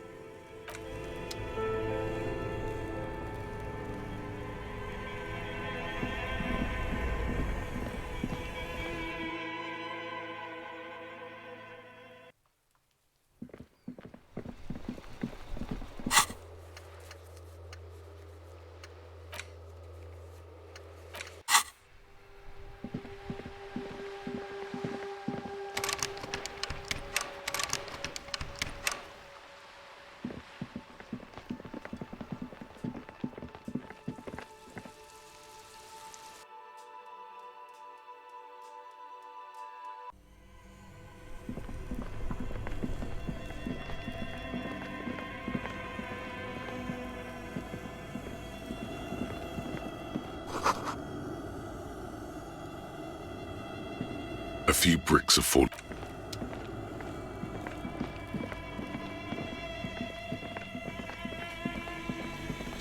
The bear's eyes are still glowing red.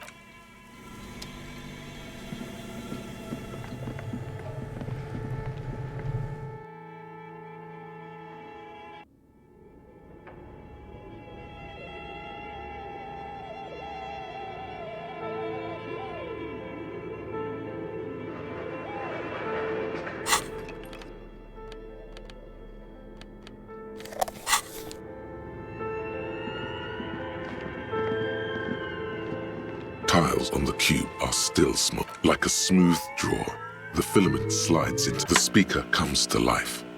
Good evening, Fortress Accident. Please repeat. Is this the offsite copy? Good. Please No, that's not it. Maybe it's the second part of the leitmotif you saw on the stained glass window. Good. I've unlocked the offsite copy. After ending the call, please press print to access the filament. Ka-ching. Fortress Accident. Is there anything else I can do for you today? Thank you, and goodbye.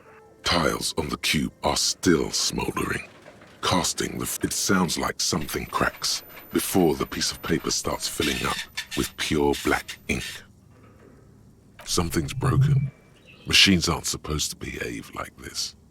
The paper is soaked with ink, its monochrome darkness spanning from margin to margin. It's not possible to make out any information. Odd. Something is obviously broken here.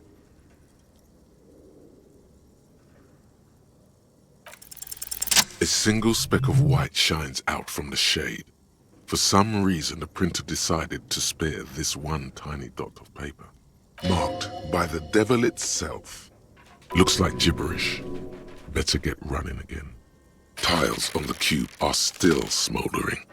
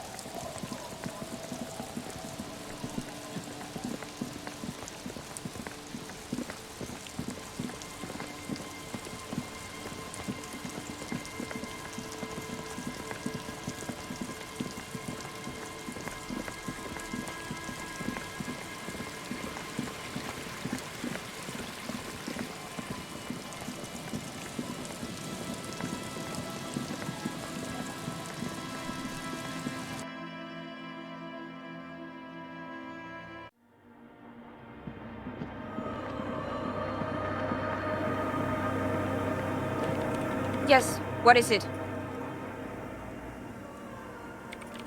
Yes?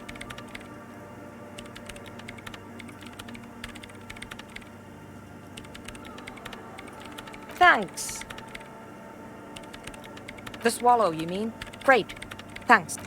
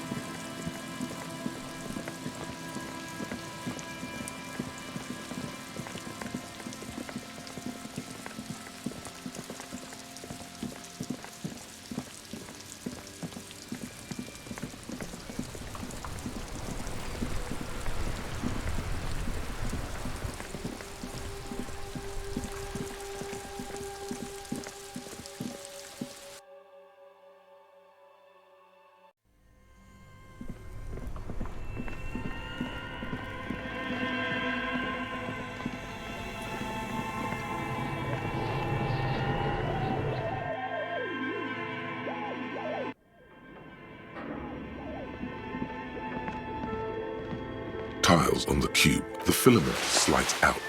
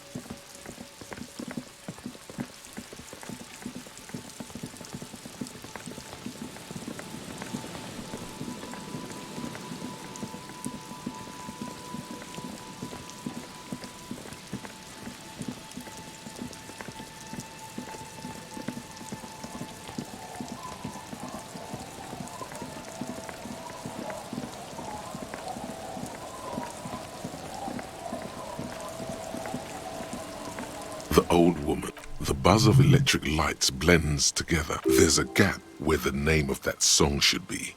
You should ask her about it right now. Yes, I can't really sleep anymore. Only a few hours a night. It happens when you grow older. My suggestion is don't. Don't grow any older than you already are. That's old enough. What's troubling your mind? A lullaby my mother used to sing. I sang it to my kids too. It's an old Samaran children's song. Yes, it does.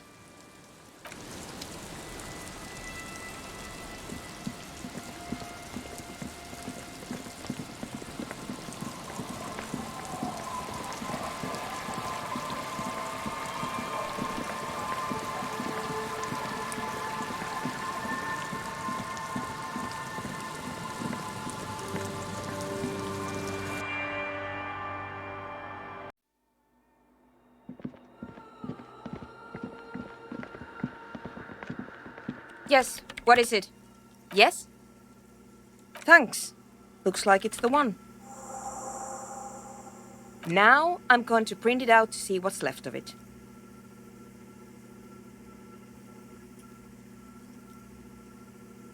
I have a theory. Lintel was able to divine the location of the anomaly from this broken copy. I want to repeat their calculation, only this time with better equipment. Watch. What an intricate display of failure. The paper starts filling out with ink, soaking it in a gleaming blackness. Not a single line of data stands out. Sona doesn't reply, her hands running over the printout. She's looking for something, for her morning star, eyes scouring the millimeters. Here, I found it.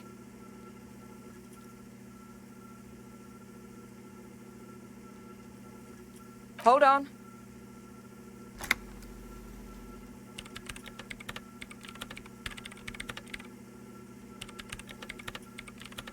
Shh. Just give me a second. I'm almost... I've never witnessed a programmer work before. done. I've got it. I found the location of the anomaly.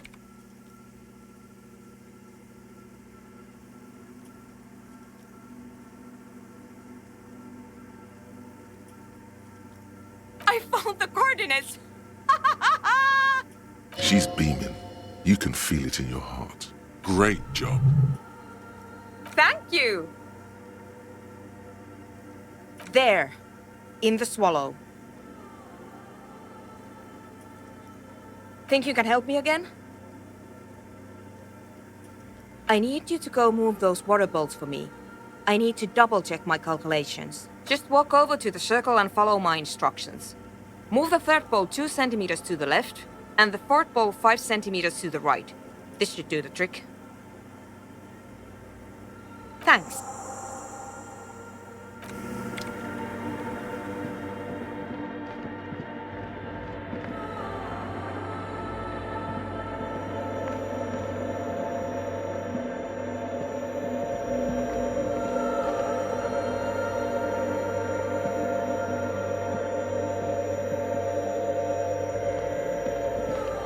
It's awfully silent again, as if someone turned off the entire world. Measurements have been marked down around the bowls, each chalk-drawn line representing a centimeter on the floor. It moves like a ghost without creating a single trace of sound. Some water spills out of the bowl, wetting the floor. The lead programmer sends you an encouraging thumbs up from across the hall. Time to run back, or maybe walk. This is a sacred place, after all.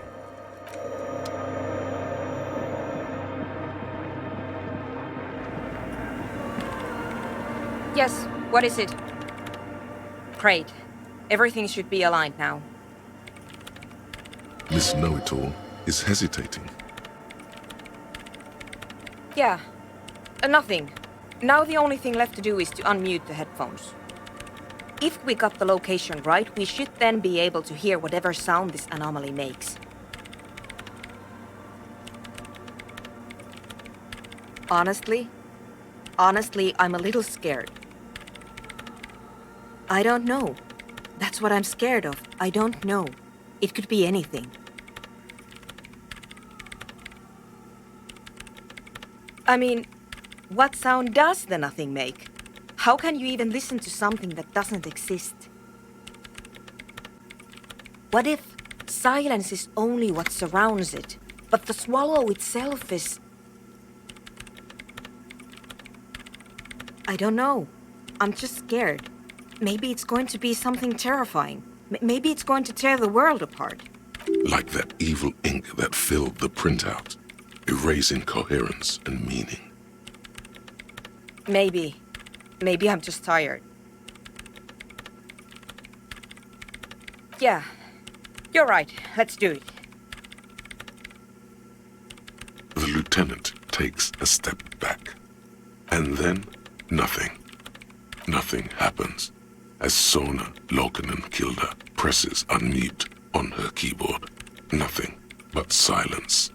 You can hear some small animal cross the floor in the chancel. It's that quiet in the sanctuary. She doesn't answer, her eyes closed and brows knitted together in a state of deep focus, one hand cupping the headphone. Damn it!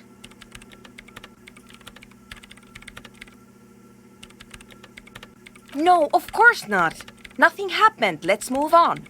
Despite her fear, she was hoping for something extraordinary to take place. No. No. My hypothesis was wrong. According to this, I should have heard something, if I got the coordinates right. Like I said, silence is only what surrounds it. But this is just another failure. Silence sounds like silence. That's all it is. You can try on the headphones. See if you can hear anything. But don't get your hopes up. Silence is silence? You're sure there's more to it? This can't be it. You should have a listen.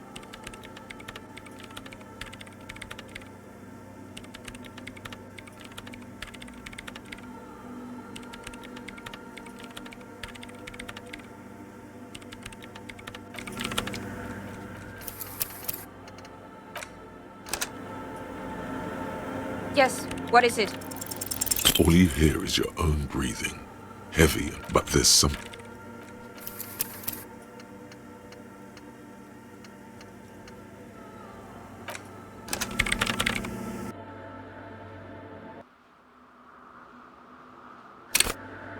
Yes, what is it?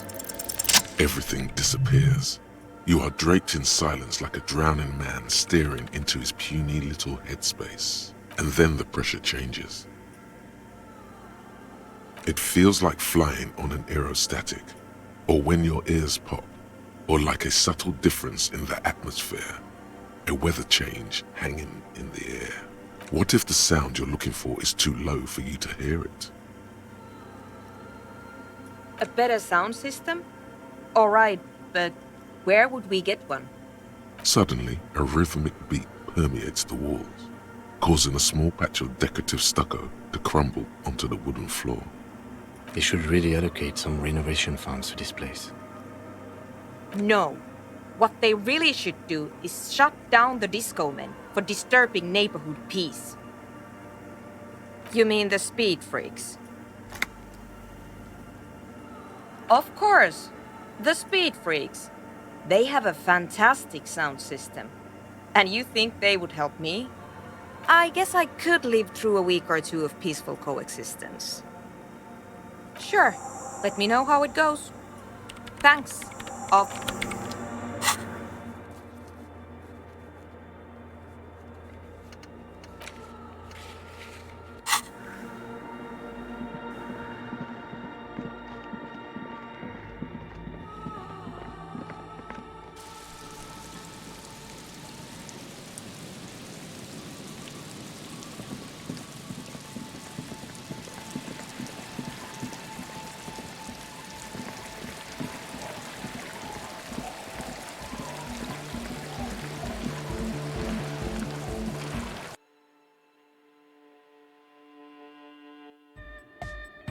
Hi again. So, how are things going?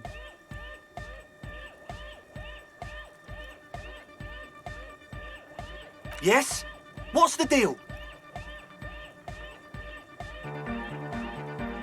We are grateful, Cotman.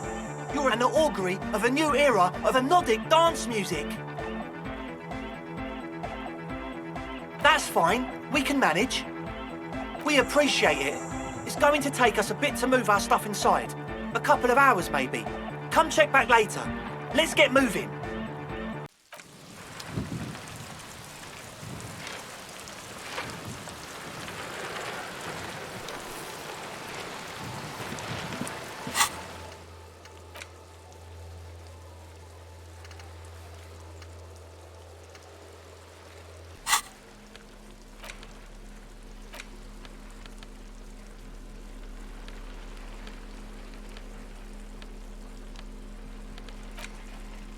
The face of King Fleecell, comrade, but only 4, perhaps. So please, if you value our radical Mazovian What do you expect? You flip back to the front of the magazine. The table of contents unfolds before.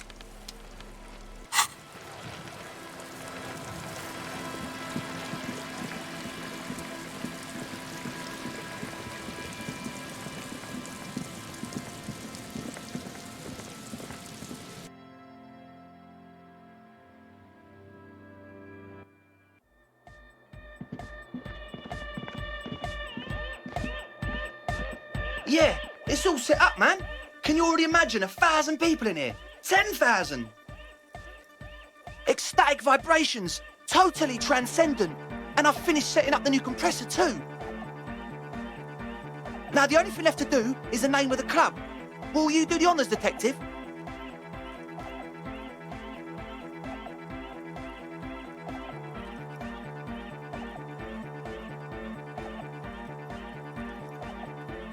The name. Everything I managed to come up with sounds just wrong. Andre's overthinking it. Yes, you should do it, detective. It would be good for the signs. Noid's right. You've helped us so much. It's the right thing to do. How about something simple? Like the club? Too modern and too ironic. We don't want ironic. We want real. Real and true and beautiful. Like a morning after the rave.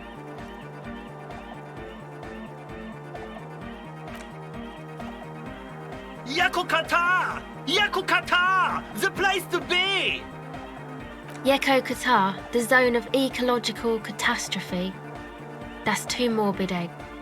Got anything else? Hardcore! Hardcore to the nigger! No, it has to be bigger than hardcore. Yes, it has to be even bigger than hardcore to the mega. It has to be bigger than the scene. The amnesia. Like the... I can't remember the name of the club, Amnesia. Amnesia! It's not amnesia, guys. I don't. Good. We have too many opinions anyway. I wouldn't. I wouldn't build a club, and I wouldn't name it either. An underground place with no name? Sounds like something the Crabman would say. We're not going with anything the Crabman would say. Why not? The Crabman has ideas, Estelle. Ideas from another level of consciousness. I don't care. I don't like the Crabman, and I don't like his ideas. His ideas are spooky. Next. You have? Well, what's the name? Like that DeLorean word for the world, you mean? Elysium. But Disco Elysium? Isn't it wacky? Disco's kind of gone, isn't it? Forgotten. The past is the future, but the future is dead! No, it's beautiful. Beautiful and brave. Like we want it to be. And short. And memorable. It's settled then. Everyone welcome to Disco Elysium. Andre breaks into frenzied dance-like motion to celebrate the name. Someone turns up the beat. I'm dancing! That soft core gyrating is supposed to be dancing? Yes, my man! Talk? What is there to talk about if you can express yourself with moves? Audio waves thump against your ribcage. The speaker setup makes everything sound much better. But there's a noticeable lack of something. It's to express my individuality. Is that a bald spot? It's hard to tell for sure with the fused together spikes, but it looks like he's balding. Or because I'm balding, yes. I want to fuse the remains of my hair together before it leaves me. I want to show my hair. I don't give a fuck how old you think I am. I'm 20. Not 20. Of course it is. Otherwise, I'd just be another poor guy with no education and no money. General issue, man. Now I'm all that, and I have radical spikes. Maybe it was a bad idea. Anyway.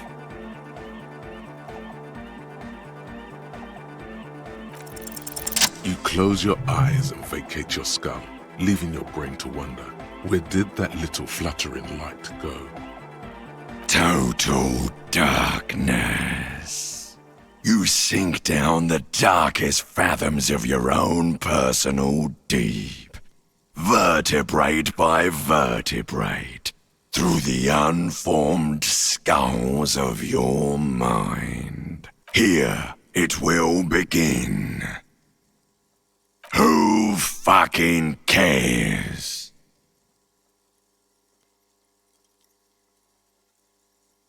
God? Where is your God? Oh, don't worry. The music's still there. It's you who is gone. This is a pivotal moment. Try not to piss yourself. Nothing. Just the immaculate silence of your spinal fluid. Electrified. I'm gonna let you in on a little secret. Every vertebrae in your spine is an unformed skull ready to pop up and replace the old one. Like shark teeth.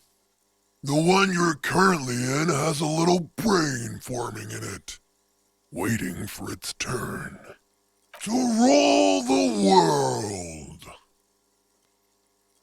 I am the spinal cord.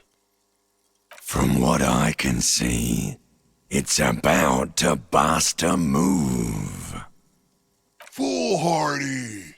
Do you even know what's happening on the surface? Maybe 1,000 years have passed. Or maybe you started spazzing out like 2 seconds ago. With your eyes still closed, the first thing you feel, all the way back in the pivoting darkness of your own torso, is warmth. You have become a triumph of rhythmoplastics, somewhere in a smelly wooden church on the coast of Revachol. The wounds from the war you waged on your body are healing, twist by twist, turn by turn. You have become a flawless interlocking mechanism, a flesh and bone approximation of the throb coming from the speaker setup of the one called Eggheads, entirely, rigidly imbecilic, without pity or fear.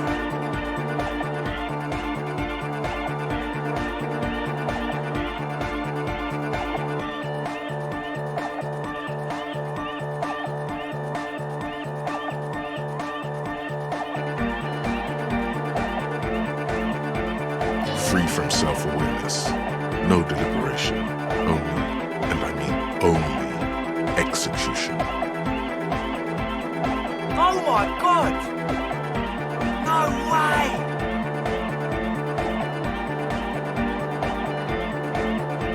With his reel-to-reel mixer blasting the anthem of a future that will never come, the young man observes your moves for a second. He throws a screwdriver and a bunch of drill chucks into the corner and explodes into dance. What he lacks in sharpness, he more than makes up for in violent enthusiasm.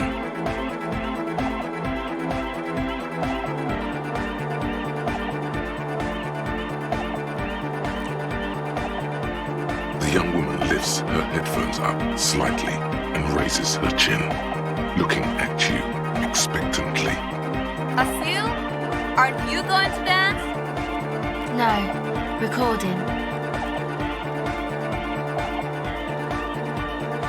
The lead programmer throws the other young woman a knowing glance before turning her attention back to her own work. She's still at her mainframe, pressing buttons, reading printouts, but she started nodding her head along to the music.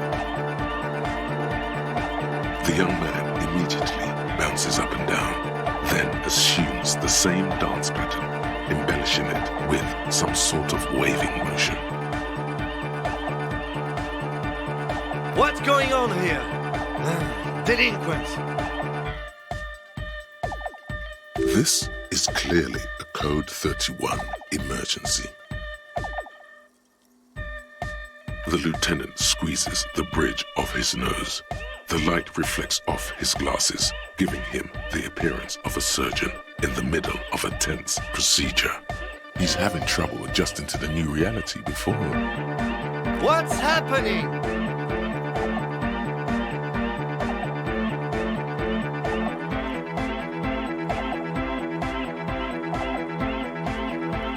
Good for you.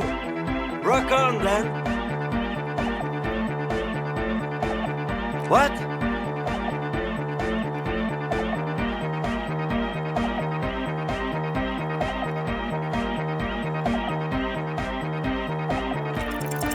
What's harder core than a little bit of?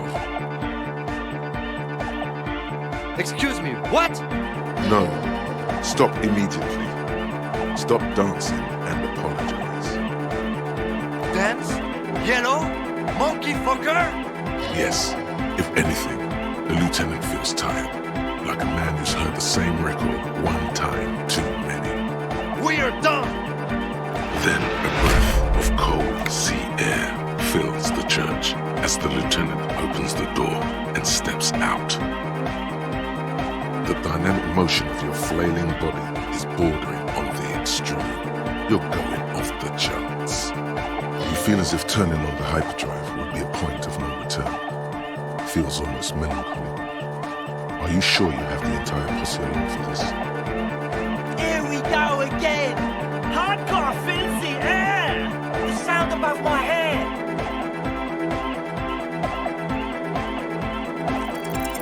Music pounds through the hall of an old stave church on the coast of Martinaise. Several figures are lost in the beats, their bodies pulling this way and that by sound. One of them, an officer of the RCM, suddenly stops. He appears disoriented, then starts shaking violently, no longer in rhythm with the music. The beats that you had all fired up just a moment ago seem overwhelming. You're gripped by panic, alongside a dizzying feeling of deja vu. Then everything goes silent. You'll lay here in complete darkness for a while, far away from everything and everyone. Then consciousness will slowly begin to return. It won't be fun, but you already know. It really is. Oh, there you are, man. Don't worry. I've seen this happen before to people partying too hard. You're dehydrated and all. Don't know what happened between you guys, but it was not cool. You should go out and talk to him. Give him a moment. See, this is why you need distilled water.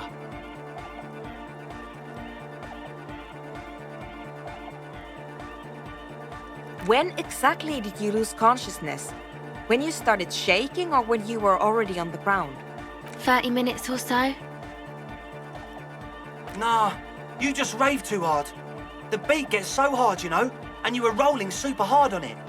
With the moves you've got on you, I don't doubt it. It's not your moves that are at fault, per se. You almost certainly had a seizure just now, and a much more massive one a few days ago when you lost your memory. You've got to press on with this case, though. Just take better care of yourself. Don't mix with the adolescent drug addicts, maybe.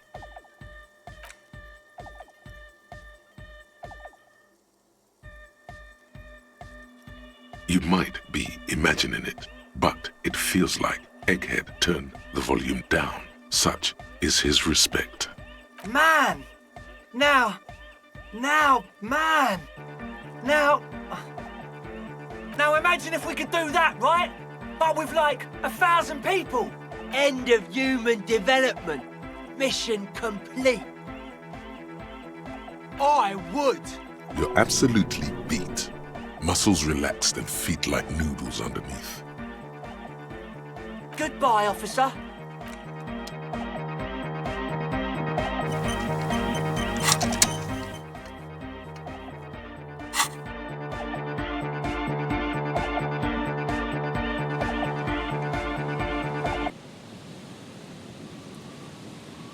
It's colder outside than you were expecting. You see the lieutenant standing there. A small cloud of white escaping from his mouth.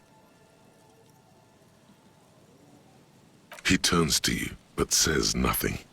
He's waiting to see what you do. For God's sake, say you fucked up. Please. You think?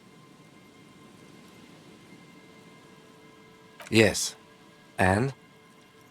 The lieutenant stares impassively. What are you, a petulant child? He expects you to apologize. Let me ask you something. What do you see when you look at me? Yeah, that's what most people say. But do you know what they don't say? Revacholian. I don't suppose anyone ever questions whether you belong here. Whatever your faults, you're a solid detective. You're obviously Revacholian. I was born here. I grew up here. It's the only home I've ever known. And there's a good chance I'll die in the line of duty here, too. But to most of my countrymen, I will always be some monkey fucker.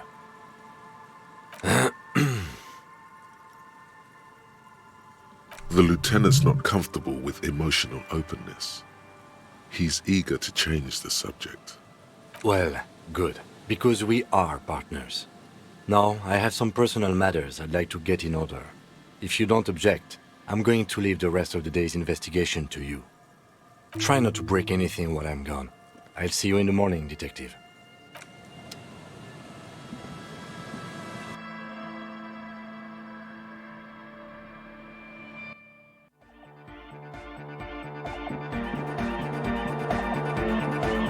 Oh, the god of dance is back! I'm dancing. Goodbye, officer.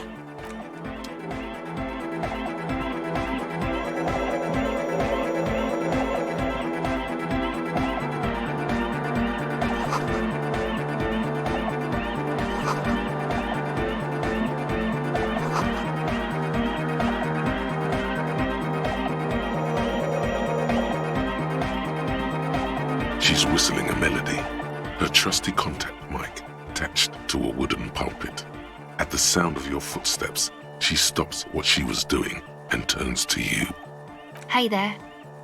I've been recording some new audio from all these beams and rafters. The sounds travelling through the wood are pretty cool. Creaks and stuff. Like you're underwater, you know? But like, underwater inside a tree. But that's not really what I wanted to talk about. I wanted to thank you instead for getting me and my friends in here. And we even found some new associates, such as they are. Good, I think. Noid is getting a read on the place. I think he finds the carpentry very impressive. Andre's been setting up the compressor and dancing.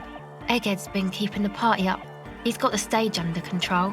Sauna, the programmer, she's doing whatever she does behind that radio computer of hers. She doesn't talk to us much, and the crab man hasn't shown himself, thank God. Sure, you helped us out. I can repay the favour. What do you want to know?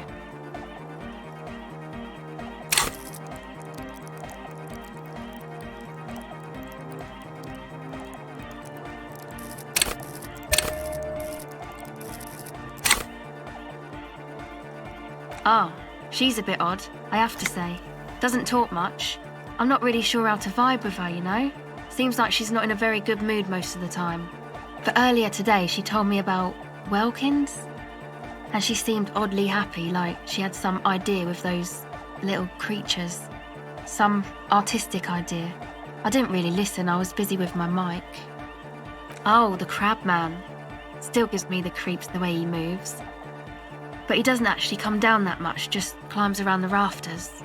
I just tried to stay away from the crab man. But he talks to Noid.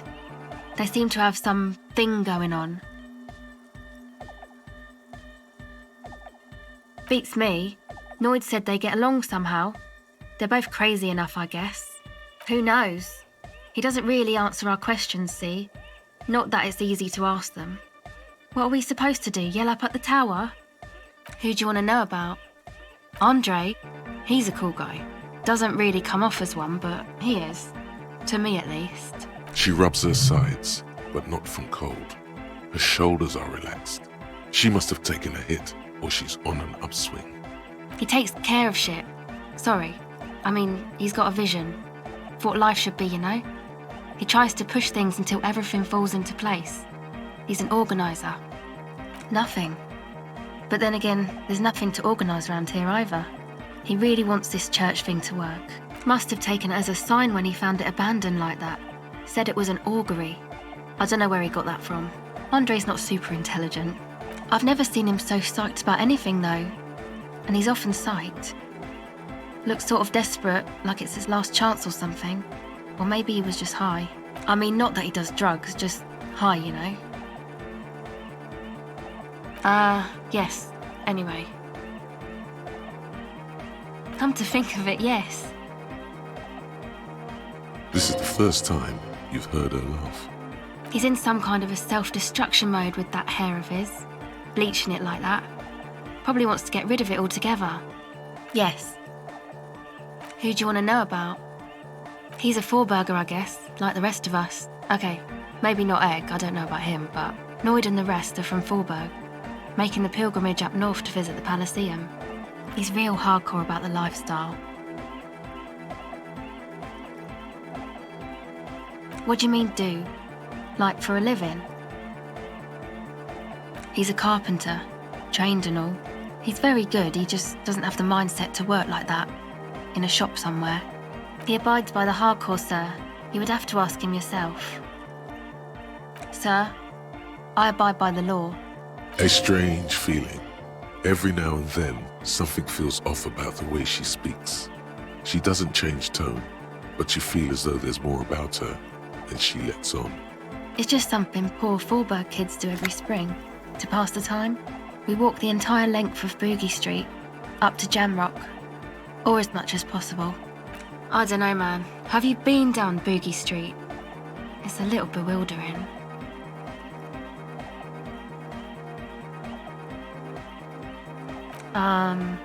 Kind of.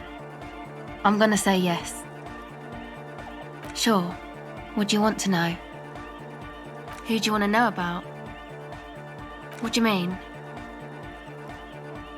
Oh, that. He's the party boy. And Nordic music doesn't really do vocals in the traditional sense. Vocals are thought of as rock. That's to say they're a bit backward.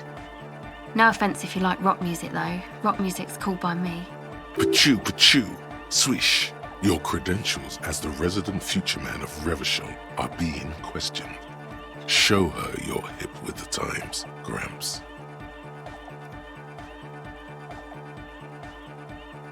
Anyway, even if you don't have vocals, you still need someone to say something every now and then, right? To urge things on.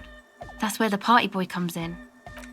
He basically just stands on the stage and dances and yells how awesome everything is. It's very catchy. Actually, we don't know where he's from, or who he is, really. One time we were out partying somewhere in backwater Forburg.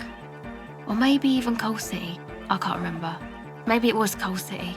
The worst of the Banlieues. A wretched heap of closed-down mines, even west of Jamrock, on the dusty slope of Montmartin, the remotest possible area of Revachol. No one even wants to exploit those people anymore. Egg was yelling along to some jam someone was spinning, all night long. Just kept yelling until he didn't have a shred of voice left. When the sun came up over the mines.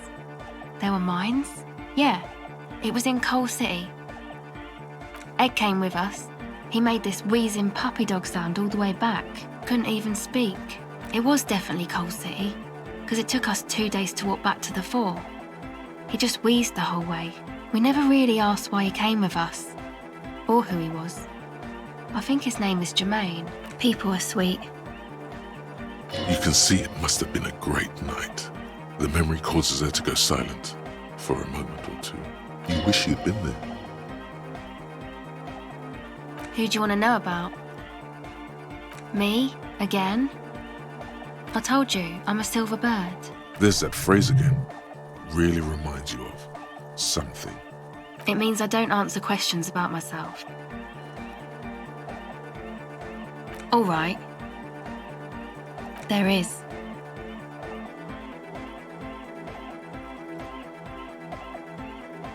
Is there a law that would stop me from lying, though? Thank you. Sure.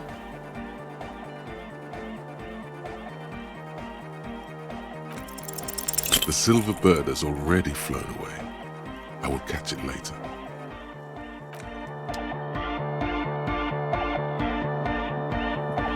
You got us in, cop! I can't believe you got us in! With wonder in his sharp eyes. Between you and me, I don't know if you've noticed this about me. I'm a little suspicious of authority. But you really came through for the hardcore underground. What's on your mind? It's a miracle of carpentry.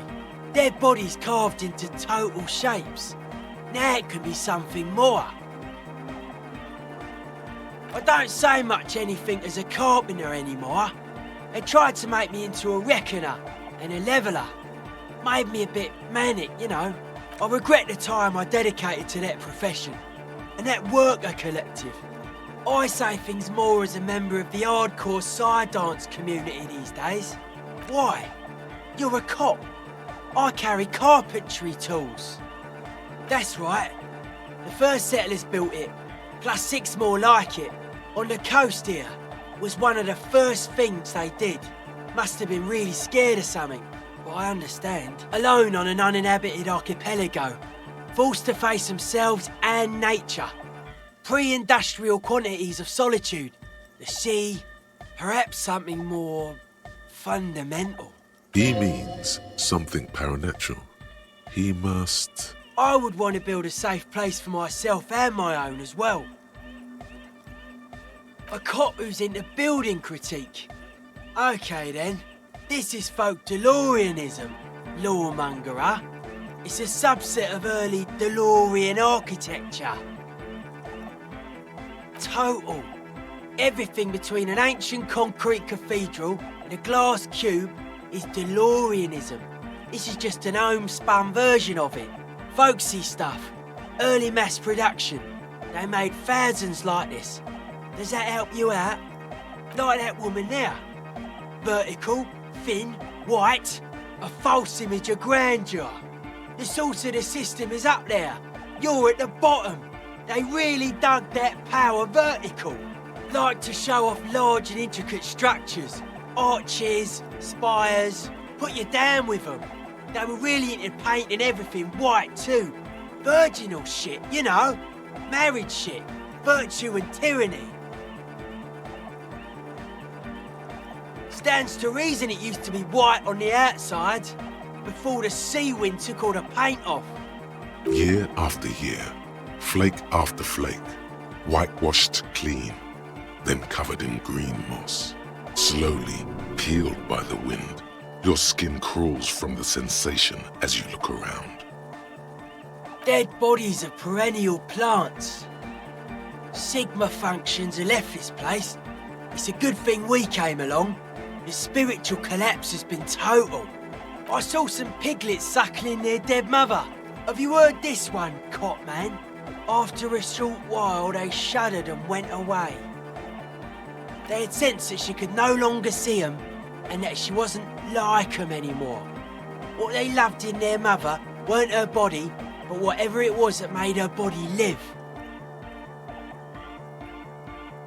End of quote. This is an high-quality carcass. The power of anodic beats and hard bass is needed to reanimate it. A Sarais man who lived a long time ago, an ancient hardcore brother. A 3,000-year-old tyrannical regime of history, built and maintained by hundreds of generations of self-appointed intellectuals. It's false core. The way he says it, the force in false core, is invested with 20 kilotons of disgust.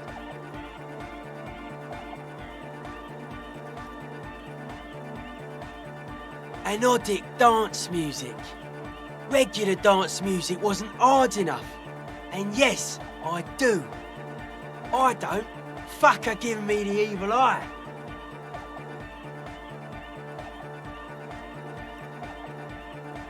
I didn't know it was in here. We have to get rid of it. Dismantle it. Can't dance with a giant mass murderer looking at ya. Not a good look for the club. Mellow, man, mellow. No one's a mass murderer. This is a house of love. Mass murder on the floor!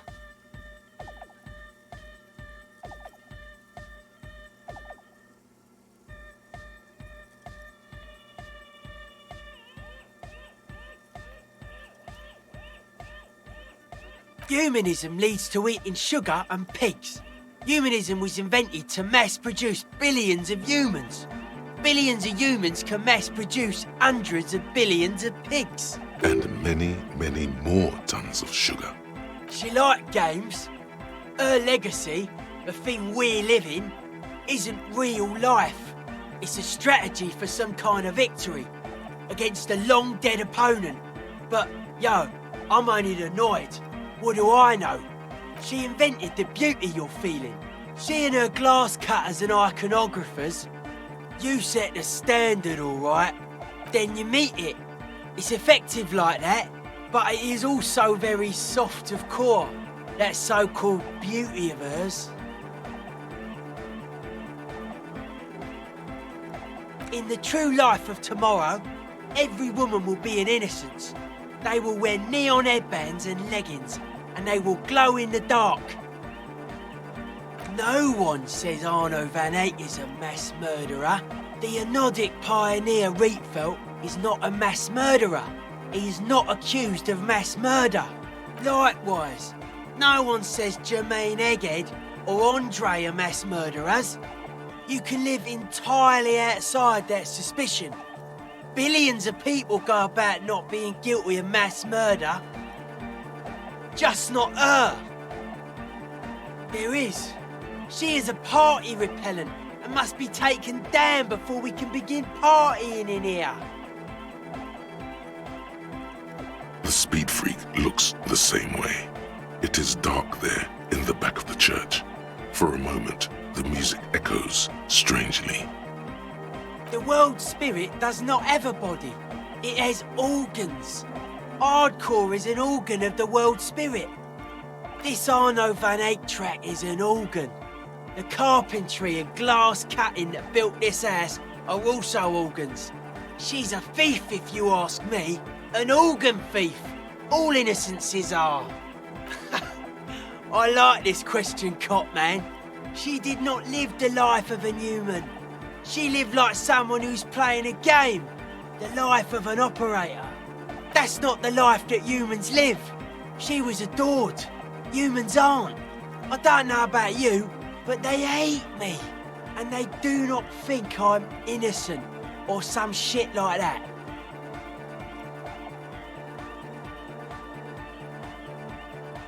Well, they loved her.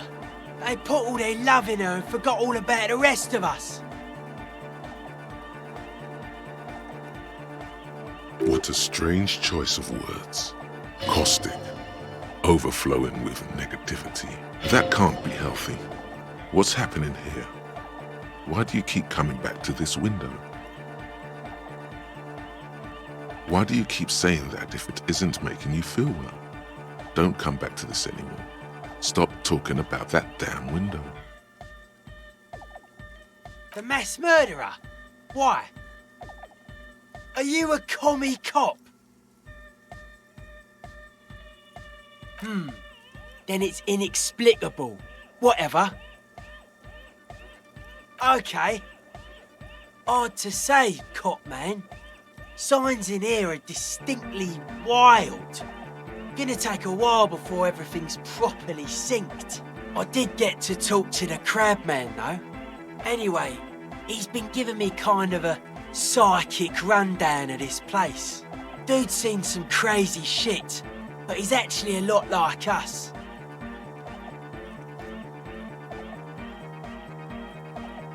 Talking to him, I realised that sobriety can be pretty hardcore too. I gotta respect it. The man picks up on stuff, and he knows a lot about the church. I got a lot to learn from him. Good thing you didn't squash him.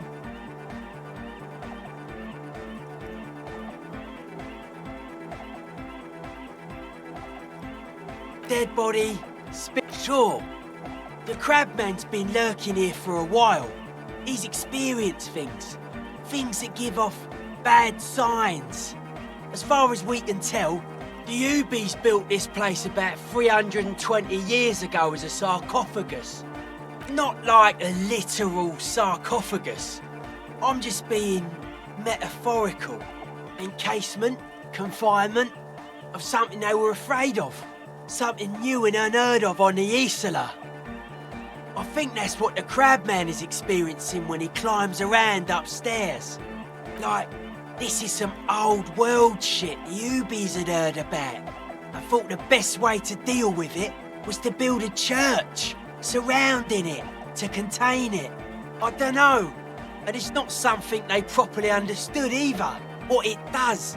But it's what this Sona person is looking for and trying to measure. It'll be fruitless though. She won't be able to measure it. People like that always want to measure everything. All those things they really can't. The wood creaks as a gale blows by. Outside, dust particles fall through the darkness, settling down on the age-bleached floorboards. The structure does not feel particularly durable. No, it's pretty fucking unsound if you ask me. They should have built a club for Nordic music around it instead. Nordic music will definitely contain whatever we're dealing with. And if it can't, well... Seems to be the trend around here, doesn't it? You can't measure shit like this. It's not like... substance. Like a concentric ring spreading out, the struggling villages. And that is what caused the communards to fail in defending the beachhead. Yeah, a lot of failure has gone down around here. I don't know. Maybe, maybe not. It's not a thing we can answer, Cop Man. Even I have limits. I'm a limited size person. Maybe you can figure things out, Cop Man. I think we got on a good level here. The signs are syncing up well. Suspicious people are esoteric people. We don't go around spilling everything to Johnny Law. They don't call me Noid for nothing. It took us setting out for this whole enterprise to get our signs synced. It's short for paranoid. It'd be easier to list stuff I'm not suspicious of. I'm not suspicious of sound and colour. Mechanics and chemistry also have a trueness about them. Most anything else deceives. Wants to steal your life away. This is a good, dangerous line of questioning. You should prod him on. I don't have a top 10 list of things I'm most suspicious of, but if I had one, the left-right complex would be number 1. Number 2 would be their sole accomplishment, the pig-wheat paradigm. Something is off here. You feel like it should be the other way around.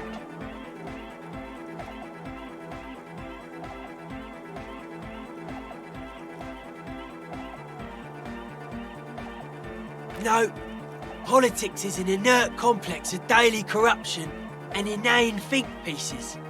The real paradigm is economic, and it concerns pig and wheat. This is where the innovation happens. It's only a theory, but I suspect they're breeding a pig-wheat hybrid. Probably in Grad. I prefer not to. Both ask the wrong questions. Any spark of light from either one is accidental. Their combined movement's only concern is producing enough pig and wheat for everyone. The end goal of humanity. The original mistake was assuming that words have more being than bodies. That's what led us astray, far from our true lives, but we may yet find a way back. Whatever this true life is, you feel it's the real centerpiece of this mythology. It's our only shit. We should make better use of not being animals or cereal grain ourselves. Yes, having food is means to an end, but the left never talks about the end, only the means. Caps are likewise suckers, constantly sleepless in worry. His eyes flicker.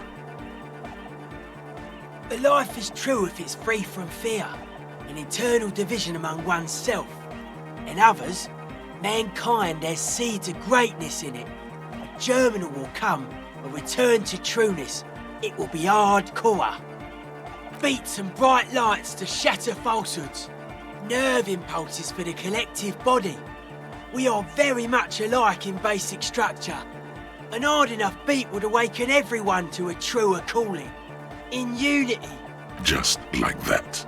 The speed freak is right in your face, his eyes burning. His comrades look on worriedly. The young man is dead serious about this. Rejection of the right-left axis, emphasis on unity, appreciation of some primordial mode of being.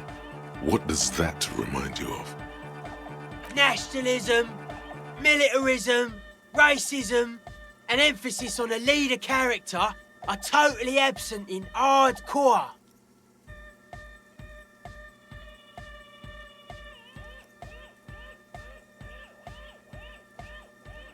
He picks up a wrench and scratches his head with it, unaroused by fascism. Many non-Occidental cultures share a beat at their art. Thus, they are closer to true hardcore life. There's just never been enough of them, and they had to rely on some extremely basic percussion. Utmost dedication, thoughts from the spinal cord, is a potent superlative as well. The term also signifies certain varieties of pornography that depict penetration, just so you know. Egghead usually has a better concept of the hardcore. He just really likes saying hardcore. Hardcore!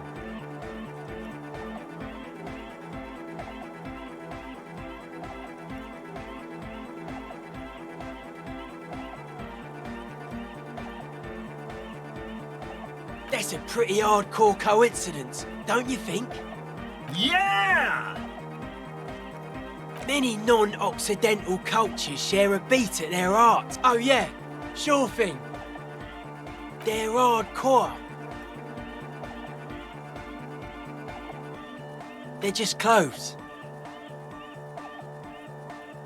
Nah, these are just boring, normal, hardcore clothes. That's outlandish.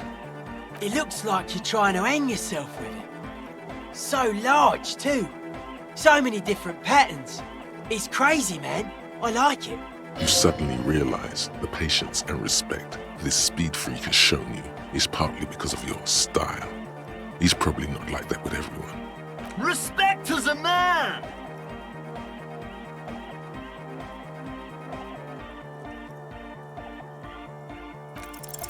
Aggressive, monotonous, but also somehow sacral, primitive, yet futuristic, like a machine man.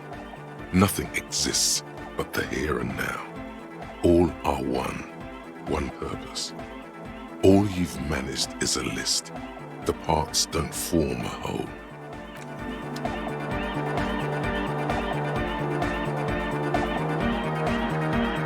We're close. True, hardcore! Hardcore is a mega, internally coherent. All car, all... He furrows his brow. Hardcore! The question is, what is the question? But there was no question. We're close. True, hardcore, internally all car. He furrows his... Hardcore! The question is, but there was a question?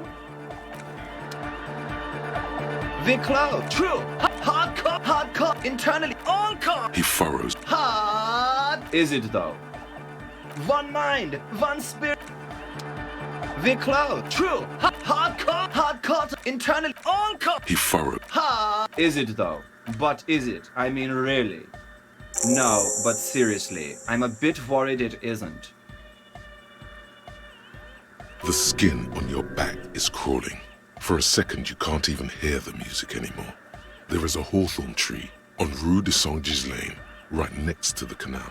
Don't be alarmed. Everything is okay. He isn't actually worried. Everything is still super hardcore. What he probably means is, it could be even more so. Yeah! Back on the case! No disgrace! Bring it down to party place! The first page of the second chapter! Could it be? Maybe for him, you only have a chapter or two left in you. Last of the penultimate, more like. There's nothing wrong with it. I'm still in love with the hardcore. Sometimes I just feel like anodic music is in its infancy, you know? For example, take this Arno van Eyck jam I've been pumping for the last months, and will continue pumping for the rest of 51. Isn't something holding it back from being hyper? It's like it's only ultra. I think it's super hardcore, but you're right. It's not hyper hardcore. If anything, it sounds a bit proto, like it's not fully formed yet. You might be a moribund alcoholic and a failed cop, but you are pretty certain a thing cannot be both proto and hardcore. Wow! Culture cop!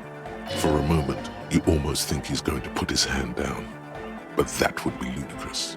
I think you might be right, but how could it become hardcore then? I know it in my heart, but cannot think it in my head. If this is not hardcore, how could anything be? What? Guys, there's something happening in his head. As your mind works, the beat recedes from your ears. You hear your own blood pulsing through your head, nourishing your thoughts with oxygen. The rhythm is familiar. Oh yeah! He's doing it! But you're not. This is almost certainly a matter that surpasses the limits of reason. The abstract shapes swelling in the foreground have done so in vain. This is a core matter. The answer in the double kick that moves the milliliters through your mind. The dark thud is the source of all rhythm. The inspiration behind mathematics. The hardcore. I know! So does mine! Uh-huh.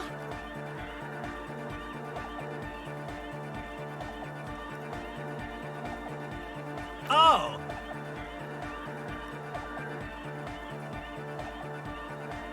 No! This is the answer! Yeah! No nation, but transnation! No war, but class war! Don't be a lunatic. Of course he isn't. Jermaine here just yells random things. Odds are, sooner or later one of them will come off as fault reading. Yeah!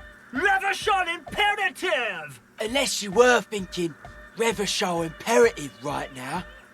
Anyway, I've had a similar thing happen with Eggs yelling. I know what you mean. That's fucked up, man. Lying like that. And a cop too. He's not a communist.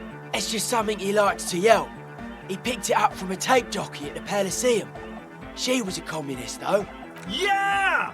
With the rebel yell!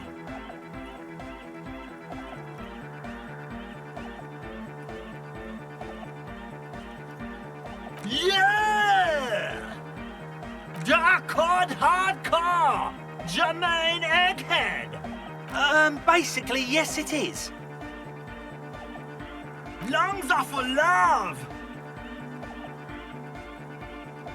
Love! In a woman's lungs. Lonely as I am, I'm not afraid.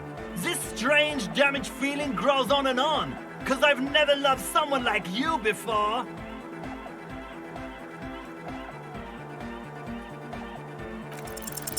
Even dancing to this beat before, you knew it in your lungs where the pressure wasn't bursting, and in your heart that was alone, and in your solar plexus where the hits should have landed. So does every chordate animal. What?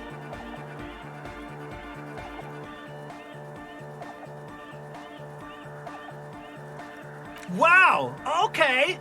We should start with the melody. But where would we get that stuff from? I'm sorry, I don't know anything about anodic music. I'm just the party boy. I get the people going and say it's hardcore. He feels ashamed he can't be of more service to the future of dance music.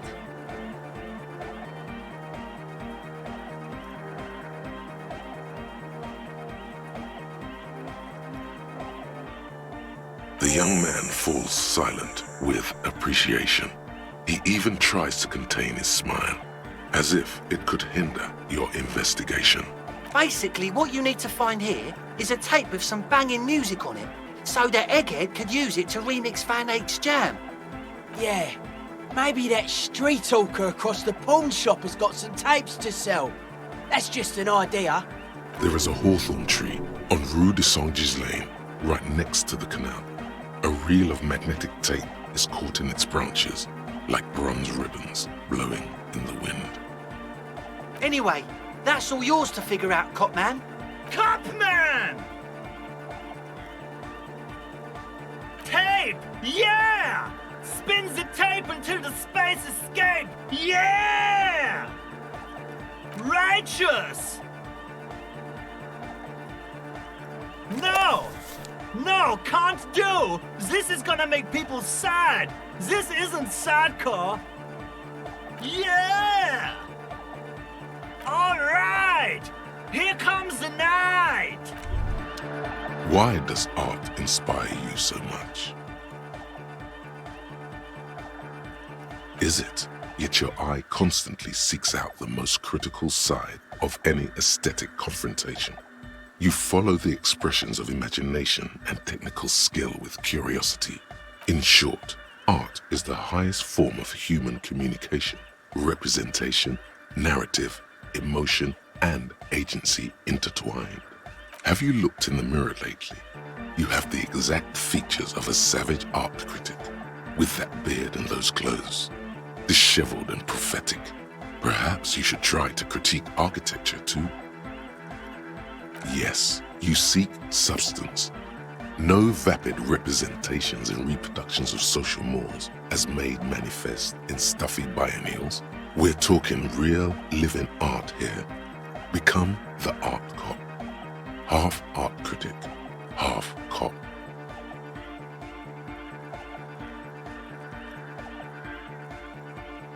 Exactly. It's not only your duty to only catch the criminals off the street, you must also apprehend criminals of the printing press and the gallery, the trite and derivative artists and writers of the world.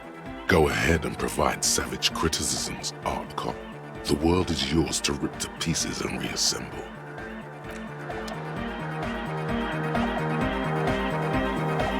Yes, what is it?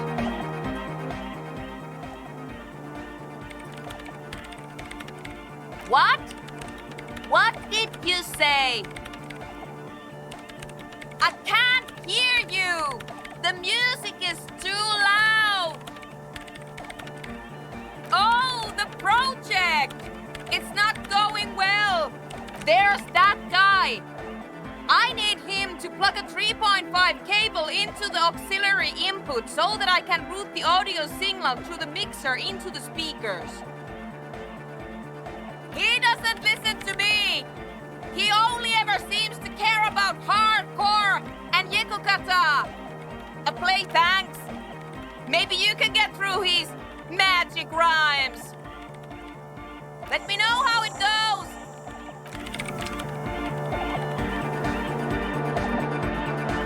DeLorean Church! The place to be! Make some noise, my church people! Vibrations thump through your blue soul. The music sounds much better in the church. A hawthorn tree on Rue de Saint-Gislain. Tangled, he stands on stage behind a table, nodding along to the music and waving his hand in the air. In front of him, the audio mixer, one reel spinning. The other reel deck is empty. Cables run hither and thither. On one side, you see an auxiliary line in with the number 4.5 written next to it. To the mega! Yeah! I can route it through auxiliary! What kind of a cable does she use? 3.5 or 4.5? Oh, she uses 3.5. Yeah.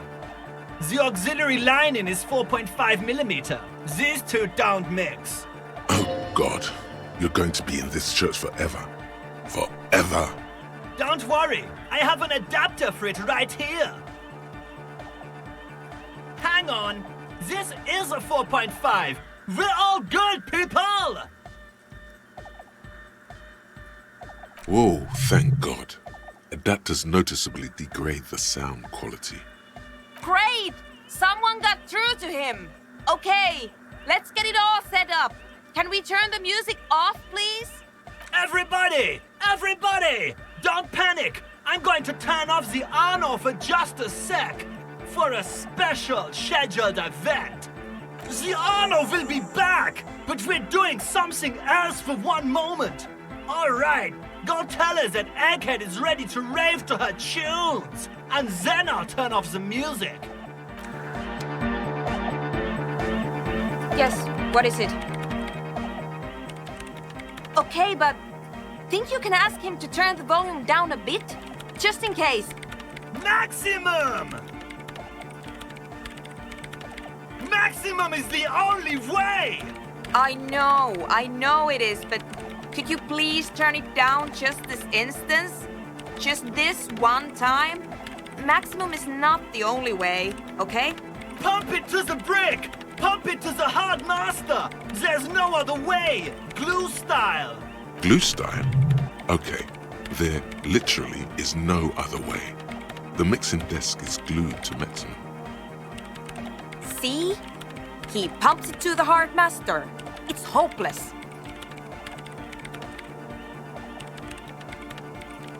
Because I'm afraid that something might happen. It's an unknown phenomenon. We can always turn it back up if there's a need. Can't turn down the hardcore! Of course it is. Yeah! Permanent enlightenment! Ray of sound! Never mind then. Let's get on with our project. I'm going to unmute the speakers on a count of 5. Everyone ready? Egghead pumps his hand up in the air, waiting for the beat to drop. Born ready. Ready! I'm ready if you are, Detective. Suddenly, your palms are sweaty. The church seems cold and large, somehow. 5, 4, 3, 2, 1. Mute disengaged. No wind outside, no waves, no floorboards creaking. Total, continuous silence. This is unnatural. The woman looks around. In the silence, you see dust move on the floorboards. The driver of the speaker vibrates in the air and then stops. Plasterwork begins to crumble down the walls. In the silence, a low hum starts creeping up your spine. It's a song inside you, not in the speakers, not in the room. A great bass sigh in the basement of your mind. Slowly, it builds until the air around you starts to vibrate. It's out there now, in the world, made manifest. It will devour everything. The floorboards, the glass, the streets and the people. Nothing will remain. Guys, what's going on?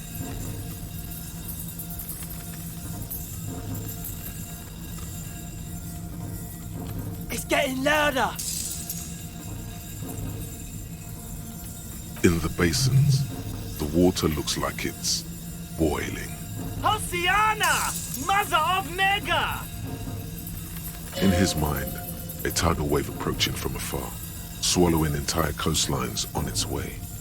Salvation.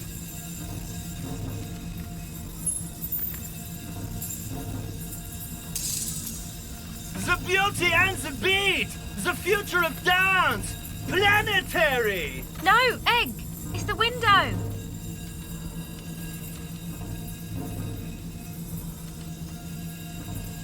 The window is going to come down. No, the roof!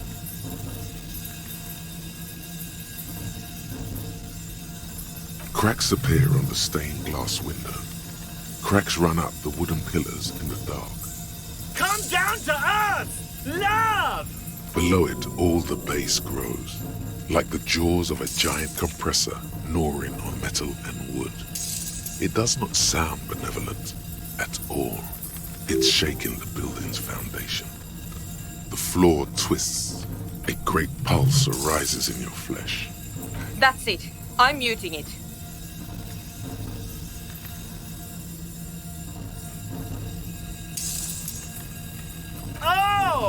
want to feel the heat with somebody. Shit! It doesn't stop. A seal? Have you? Yes, I've turned it off.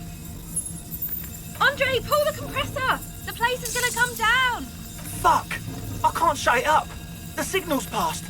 It's not in here. It's... In the mixing desk now, building into a positive feedback loop. This is it. A great roar. The vault of the roof twists above you. Glass shatters somewhere near the door. It's coming down. And then it stops. Totally and utterly. As if there never was a sound. Only your ears still ring from the shock. Everybody is staring at Egghead, holding a dangling cable in his hand. A black 3-pin connector. Egg. I pulled the plug. It was getting too hardcore. You did good, Egg. Most of the place seems to be intact. Fucking hell. Programmer lady, tell me you were recording that. 4 years. 22 people. Millions of reals. All that time? This is what we were up against. Just erased it. Suliswolf isn't gonna believe this. Yeah, but did you record it though? It was dope. I think we can use it. Yes, Andre. I recorded it. Damn, I need to send some letters now. Thank you all for doing this. Eggman, you too. And you, officer. I don't know what we've discovered, but I know what it sounds like now. That's a start. It was mathematical information from the anomaly, presented as a waveform. That's what it was technically. Theoretically, I have no idea. I've never even heard of anything like this. A voice seems muffled in the silent church. It's your ears adjusting after the exposure. Yes, our lead designer. And maybe some of the producers too. And some of the writers. If they're sober enough to open a transmission. They need to hear. That it wasn't her fault. Or theirs. They need to hear about this. Don't worry, I won't send the recording. Although I doubt they have the speakers to produce the frequency anyway. Stay here. I'm going to stay here with these lunatics. Send letters, maybe meet Suliswolf. Also devise further measurements. I want you to know that's totally chill with us. I don't care, but thank you anyway. That's the best she can manage for Andre. It's quite a lot in truth. For her, at least. Now, I have a theory to come up with. Some kind of preliminary explanation to all this. Or the letter will sound like I've lost my mind. Some tiny hard thing lets go in your stomach. You're still alive. All you hear is silence in your head.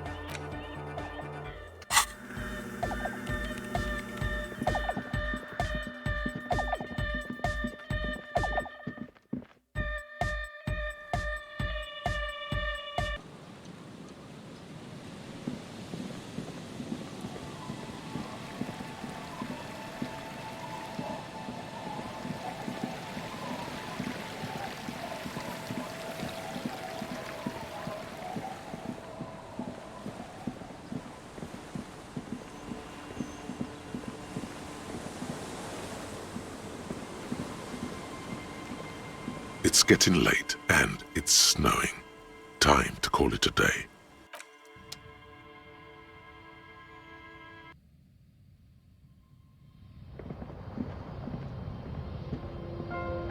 On the table, you see a bowl of water, a rough soap, and next to it, a small hand mirror. A straight razor soaks inside the wash basin. The water reflects back a vague image of your face. Nose bulbous and red, hair unkempt, wrinkles lining the eyes and forehead. The stash is gigantic. You'll be looking like a pansy without the chops. A fucking pansy. A fresh start looms ahead. Clean yourself up and be born anew. Your hand trembles as you scratch your cheek. Oh no, that's not how a grown man shaves. Stop, for crying out loud. You're gonna cut your own throat. There's no way to salvage this. Your hand refuses to move another millimeter. A small trickle of blood runs down your cheek.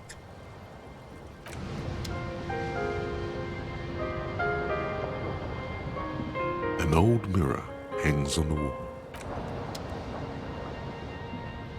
The bed is comforting, if a bit run down. Still, you've earned a rest. Across the room, the heating system hums its soft lullaby. The mattress feels soft and sheets warm. It only takes you moments for the world to fall away. Thoughts, baby. A million little lights in the dark. You're one fine instrument, brother. All those faces and all those names. All that laughter and screaming and scheming around. Every corner and every street. Recorded in you forever on ferrotape. No, you're spinning tapes at the discotheque. The great unceasing disco of the mind. The flash. The bang.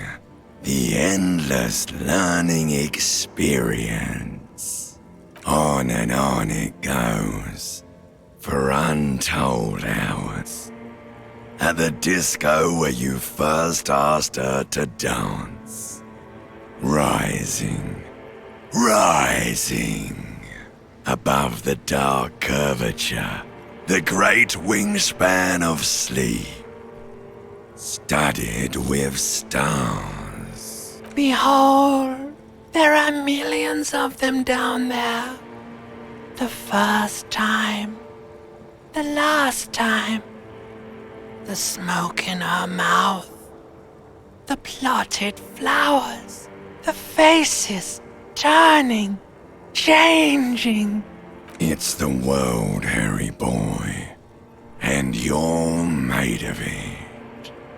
Every day you're out there, you make more of yourself from it. I'm afraid you can't be unmade now. You can never forget this shit. Beautiful. It's stuck on loop, whirling, spitting out words and images. You're the son of the world again. Harrister, a ceaseless agent, picking up litter and old newspapers, collecting your little bubblegum wrappers and idiotic picture postcards. Meaningless keepsakes. Reading your awful letters and recalling things, aren't you? The endless names of the world. An address book you are. The map of a city. You'll go insane if you keep going like this. One more day, and you'll be in the loony bin. I just know you will. And for what, brother man? For the working class. For the money, baby. For the greater good. Solving your little crossword puzzles. Doing your tasks. Crossing names off lists. Trying to become some sort of world detector. It won't make it okay. It won't put smoke back in her mouth.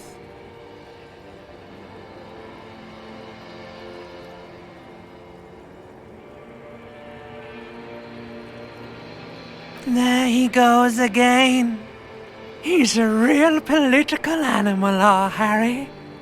He still doesn't see that it's the world changing around him. He's got no idea what he's in for. 'Cause only love can break your heart. Beep, beep, beep. The alarm is ringing, Harry.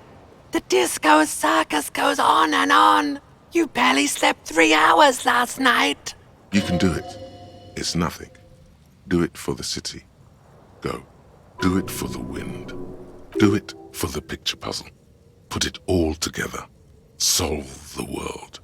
One conversation at a time.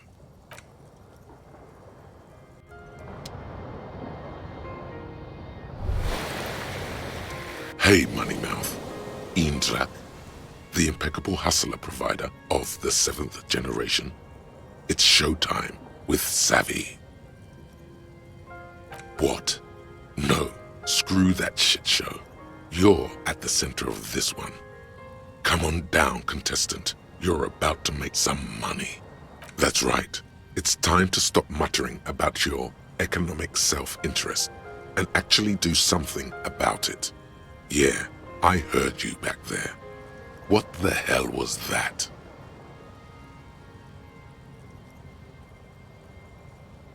Did Ilona Wihuri Villaconi playing ghosts?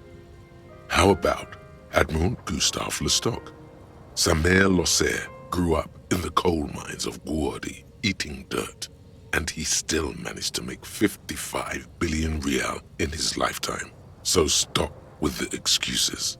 Listen, if you really want to make it in the big leagues, you need to reconceptualize your entire portfolio. Collecting tear and moaning about taxes is not going to cut it. You need to become a millionaire. Now, how do you become a millionaire? Those guys, they're all financially illiterate. Only Savvy here knows how to dazzle and embezzle money out of investors' pockets with the acrobatic prowess of a 4-time gold medalist in the Samaran Gymnastics Summer Games. The ancient Samaran tribes used carved rhodochrosite to represent their wealth. The bigger the boulder, the more money they had, in case you needed to know. Money is only one form of capital. Human relations are another. You're focusing on the wrong things. You could force a coin inside you. Any hole will do. Not many more definitive tests of a man's mettle than the fortune yawn. Not unless you have thousands of them stuffed away in secret. Of course you don't. You've never even been close to a sum with more than 3 zeros. Let's face it, you've been on a years-long losing streak. But Savvy's got your back. Savvy's going to book you a charter flight with 80 birds of prey on board to a land where the streets are paved with Krugerrands and fixed income securities. You'll try again, but this time with money. You'll win her back. Are you in? The spirit of ultra-liberalism, your charm, your spin, your winning hand. Attaboy. Welcome to the final grind. Here we operate with money on a much higher level than the ordinary citizen. We feed it back into the machine. Stop saving. Start spending. Become a patron. Let's start by getting you into the lucrative art market to diversify your assets and increase your ROI. Speaking of which, know any artists?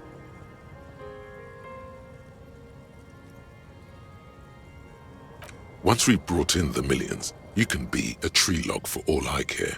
But first, we've got to work on increasing your net worth. You're right.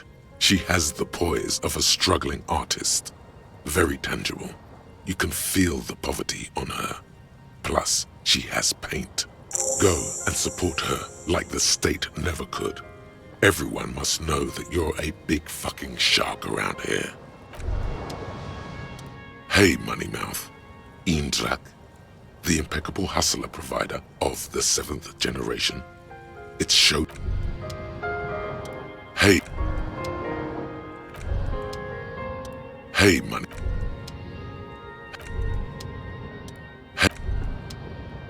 Hey, money man. Hey, money mouth. What's up? No, you. It's day 4. Listen, if you need to become, not unless, but are you in? Stop grumbling. It's attaboy. Let's start by music is a pet project, not a viable business scheme. Let's return to it. He's also 12. We don't want to attract. He does have potential. You'll go and support her. Hey, money. Yeah, swindle father. No, you. Oh, Samir lost. Listen, you need to become. Of course, but are you in? Attaboy. Let's start by. You're right. Go.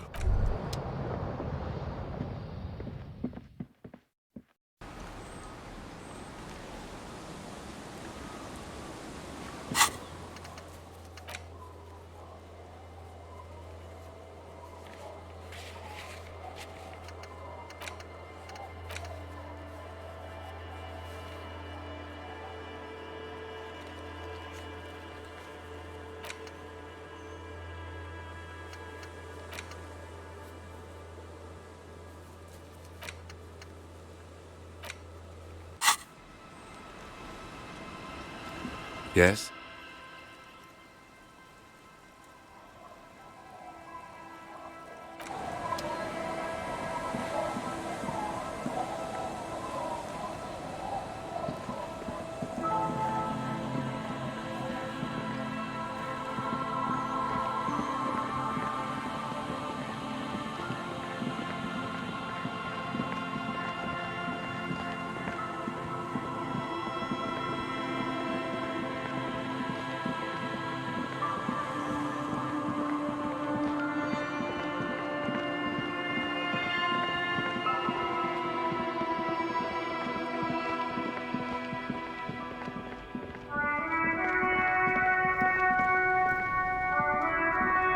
Everything's still cool here, officer. Tapes? You mean like music tapes? No, music is out. Don't listen to music. I sell extremely cool sunglasses if you want to get your mojo going. Tapes? Tapes are everywhere. They're worthless. Kids throw them in the trees. There's one in the bushes, right behind this lorry. No one would ever throw a good pair of high-quality plastic sunglasses in the bushes, mister. To the west, dark brown ribbons of tape hang from the tree, flowing in the wind. You should have a look. It's better than nothing.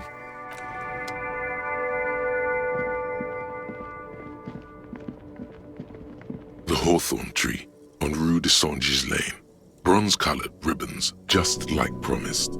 You've stood here for what seems like eons, guzzling the sickly fumes of lorries and carriages. Patting the tree reveals a small sticker which has almost been worn to oblivion. It reads, RCM Emergencies Desk, number 8102. Underneath a slogan, Mankind, be vigilant. You tree-hugging pansy. The bronze ribbon twists around and within the branches in an intricately natural pattern. But there's something. There's a twisted logic in this mess. You see the ends of the ribbon, the way it flows, how it twists and turns. It's all starting to make sense. The hawthorn tree is disappointed by your betrayal and psychopathic tendencies. Also, your fist hurts a little. The pain, it is nothing. Revel in it. Absorb it. Gain power from it. Good. Everyone must suffer. You, the tree, everyone. Had enough assaulting Madre Natura? We should get moving. The gnarled hawthorn tree on Rue de Saint-Gilles Lane. A wintry breeze blows by, making the magnetic tape flutter.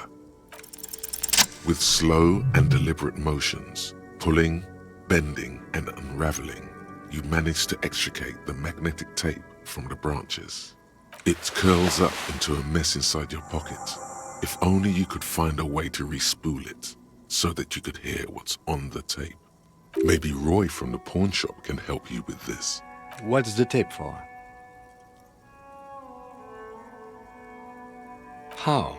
It's broken and unspooled. Do you think your new buddy knows how to fix it?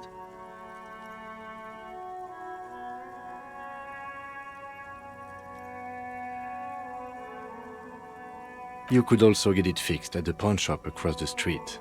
We shouldn't waste our time. Good idea. He might have the tools.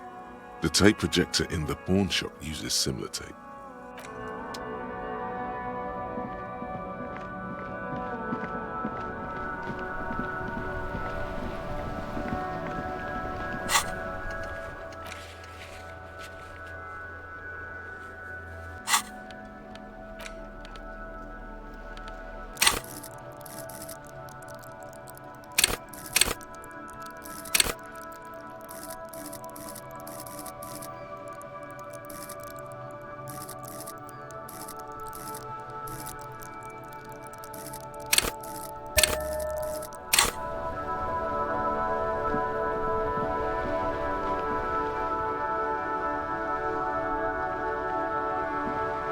That's one brutal motor carriage. If I were a real skull now, I'd jack it, paint it in palm tree livery, then bottom light it, neon style. A snazzy shit-ripped skullmobile like this would make a fine trophy. We could, like, hang fucking shrunken heads from the side mirrors. Cops' heads. Scary tribal shit. Yeah, tribal shit. A cop carriage like this would have proper skull value. While I appreciate the interest you take in my brutal motor carriage, I have to stop you right there. The RCM takes threats directed at its property seriously. It's just theoretical work, Copper. No basis in reality. Man, if we were certified skulls right now... I can tell you who we're not, cop. We're not snitches or skulls. Which is not to say that the skulls are bitches and... On the contrary. The part of this presentation you want to take home with you, cop man, is we're not part of the skulls yet. Okay then, let's indulge in some intellectual exchange. These young men seem eager to share their beliefs. Murder? Yeah, sure. We'll gladly tell you everything we know about it. It was a man. Also, he was hanged. He was hanged from a tree. Yeah, I mean, duh. These punks don't know anything. Let's just move along. Hey, stop right there. How does one know anything? Ah, this sounds like epistemology. A field so occupied by thought that it begins to question thought itself. Exactly. How can one know shit? For example, how can one be sure that there truly is a body hanging behind a hostel? What if it's art? Or just a mere specter? So what do you think we know? Oh yeah, Cindy's a right proper skull. Yeah, a true artist of the future. Just like Arno van Eyck. By the way, if you see Cindy, give her our regards. For all their nihilistic posturing, these young men are not lacking in youthful idealism. Odd, there isn't a hint of hate in them. It's like they're piss and fuck the world out of some kind of moral obligation.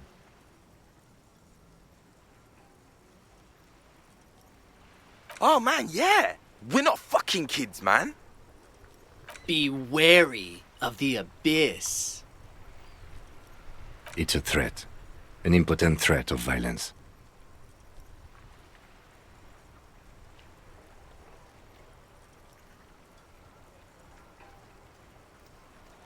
Whoa. Come on, man. We're just talking here. Just words. Nothing wrong with that. Yeah, no need to throw your authority in our faces. You want to talk? Let's talk, boys. Ask them. He liked how you decisively shut down a situation that could have turned into a farce.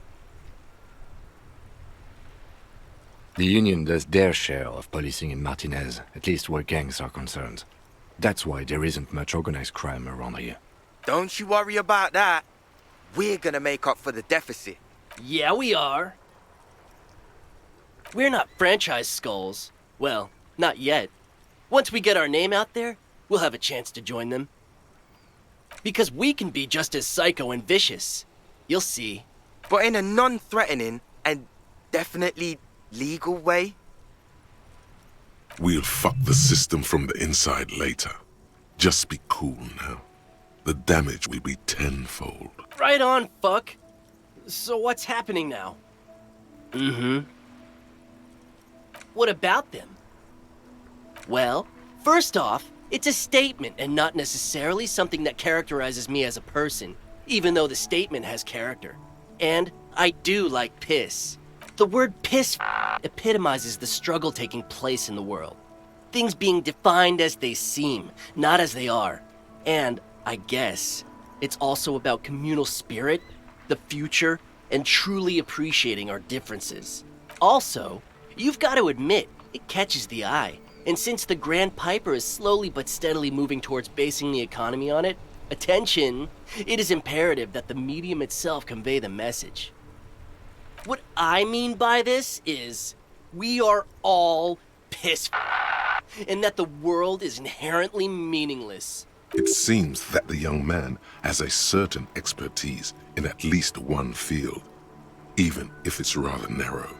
Like I said before, many men keep searching for the one, for so-called true love, which is actually just obsession masquerading as kinship. The thrill of the chase, the hollowness that fills your chest cavity after catching it. I'm wondering if the poetics come with the jacket, or are they derived from something else entirely? To catch a fish, you'll need to hurl the lure many times, and even then it isn't certain that you'll get anything. If you blow up the lake, though, you get more fish in a shorter time. And, for time is of the essence and fleeting ever so quickly, one must think of a way to fuck the whole world and not get caught up in fucking someone. Because when one fucks everything, he fucks nothing. And that, to me, feels glorious. Sticking your dick into the void. Hate to admit it, but in a weird way, he's got a point. Is it a coincidence that here we have 2 badass jackets and 2 badass cops? Yes? Leather jackets adorned with immature writing? The ideology they convey helps the boys justify poor choices in life and fashion. I'm not a fan. What are you implying?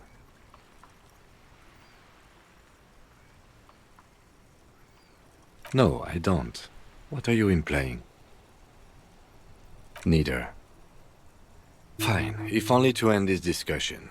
Theoretically, if I were a juvenile delinquent, if I were to already be down that path, I think peace is the stronger of the two statements. Fine.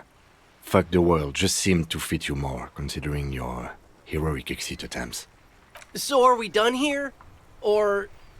you don't need us around for your secret whisper party, do you?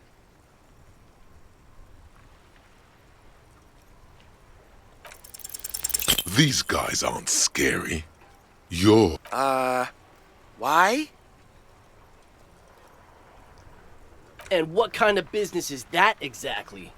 The lieutenant notices your agitation and opens his mouth to speak, then decides against it and merely shakes his head.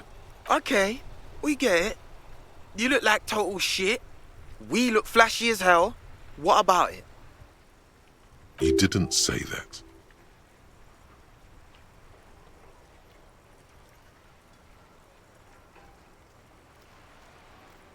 The lieutenant looks down at his bomber jacket and shrugs, obviously content with his uniform. Fine. Fuck it. Here. Take it then. I can't handle this sad shit.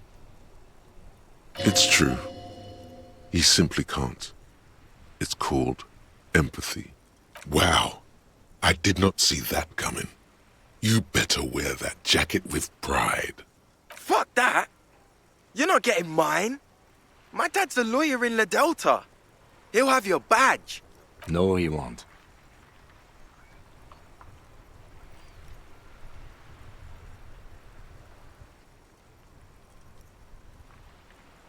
That's okay. I'm not wearing that jacket. I already am expressing my individuality. The need will not arise. Look at this cute shit. How can we become skulls if you go around fraternizing with cops? Let's get the fuck out of here before anyone sees us. Fuck. I'm sorry, man.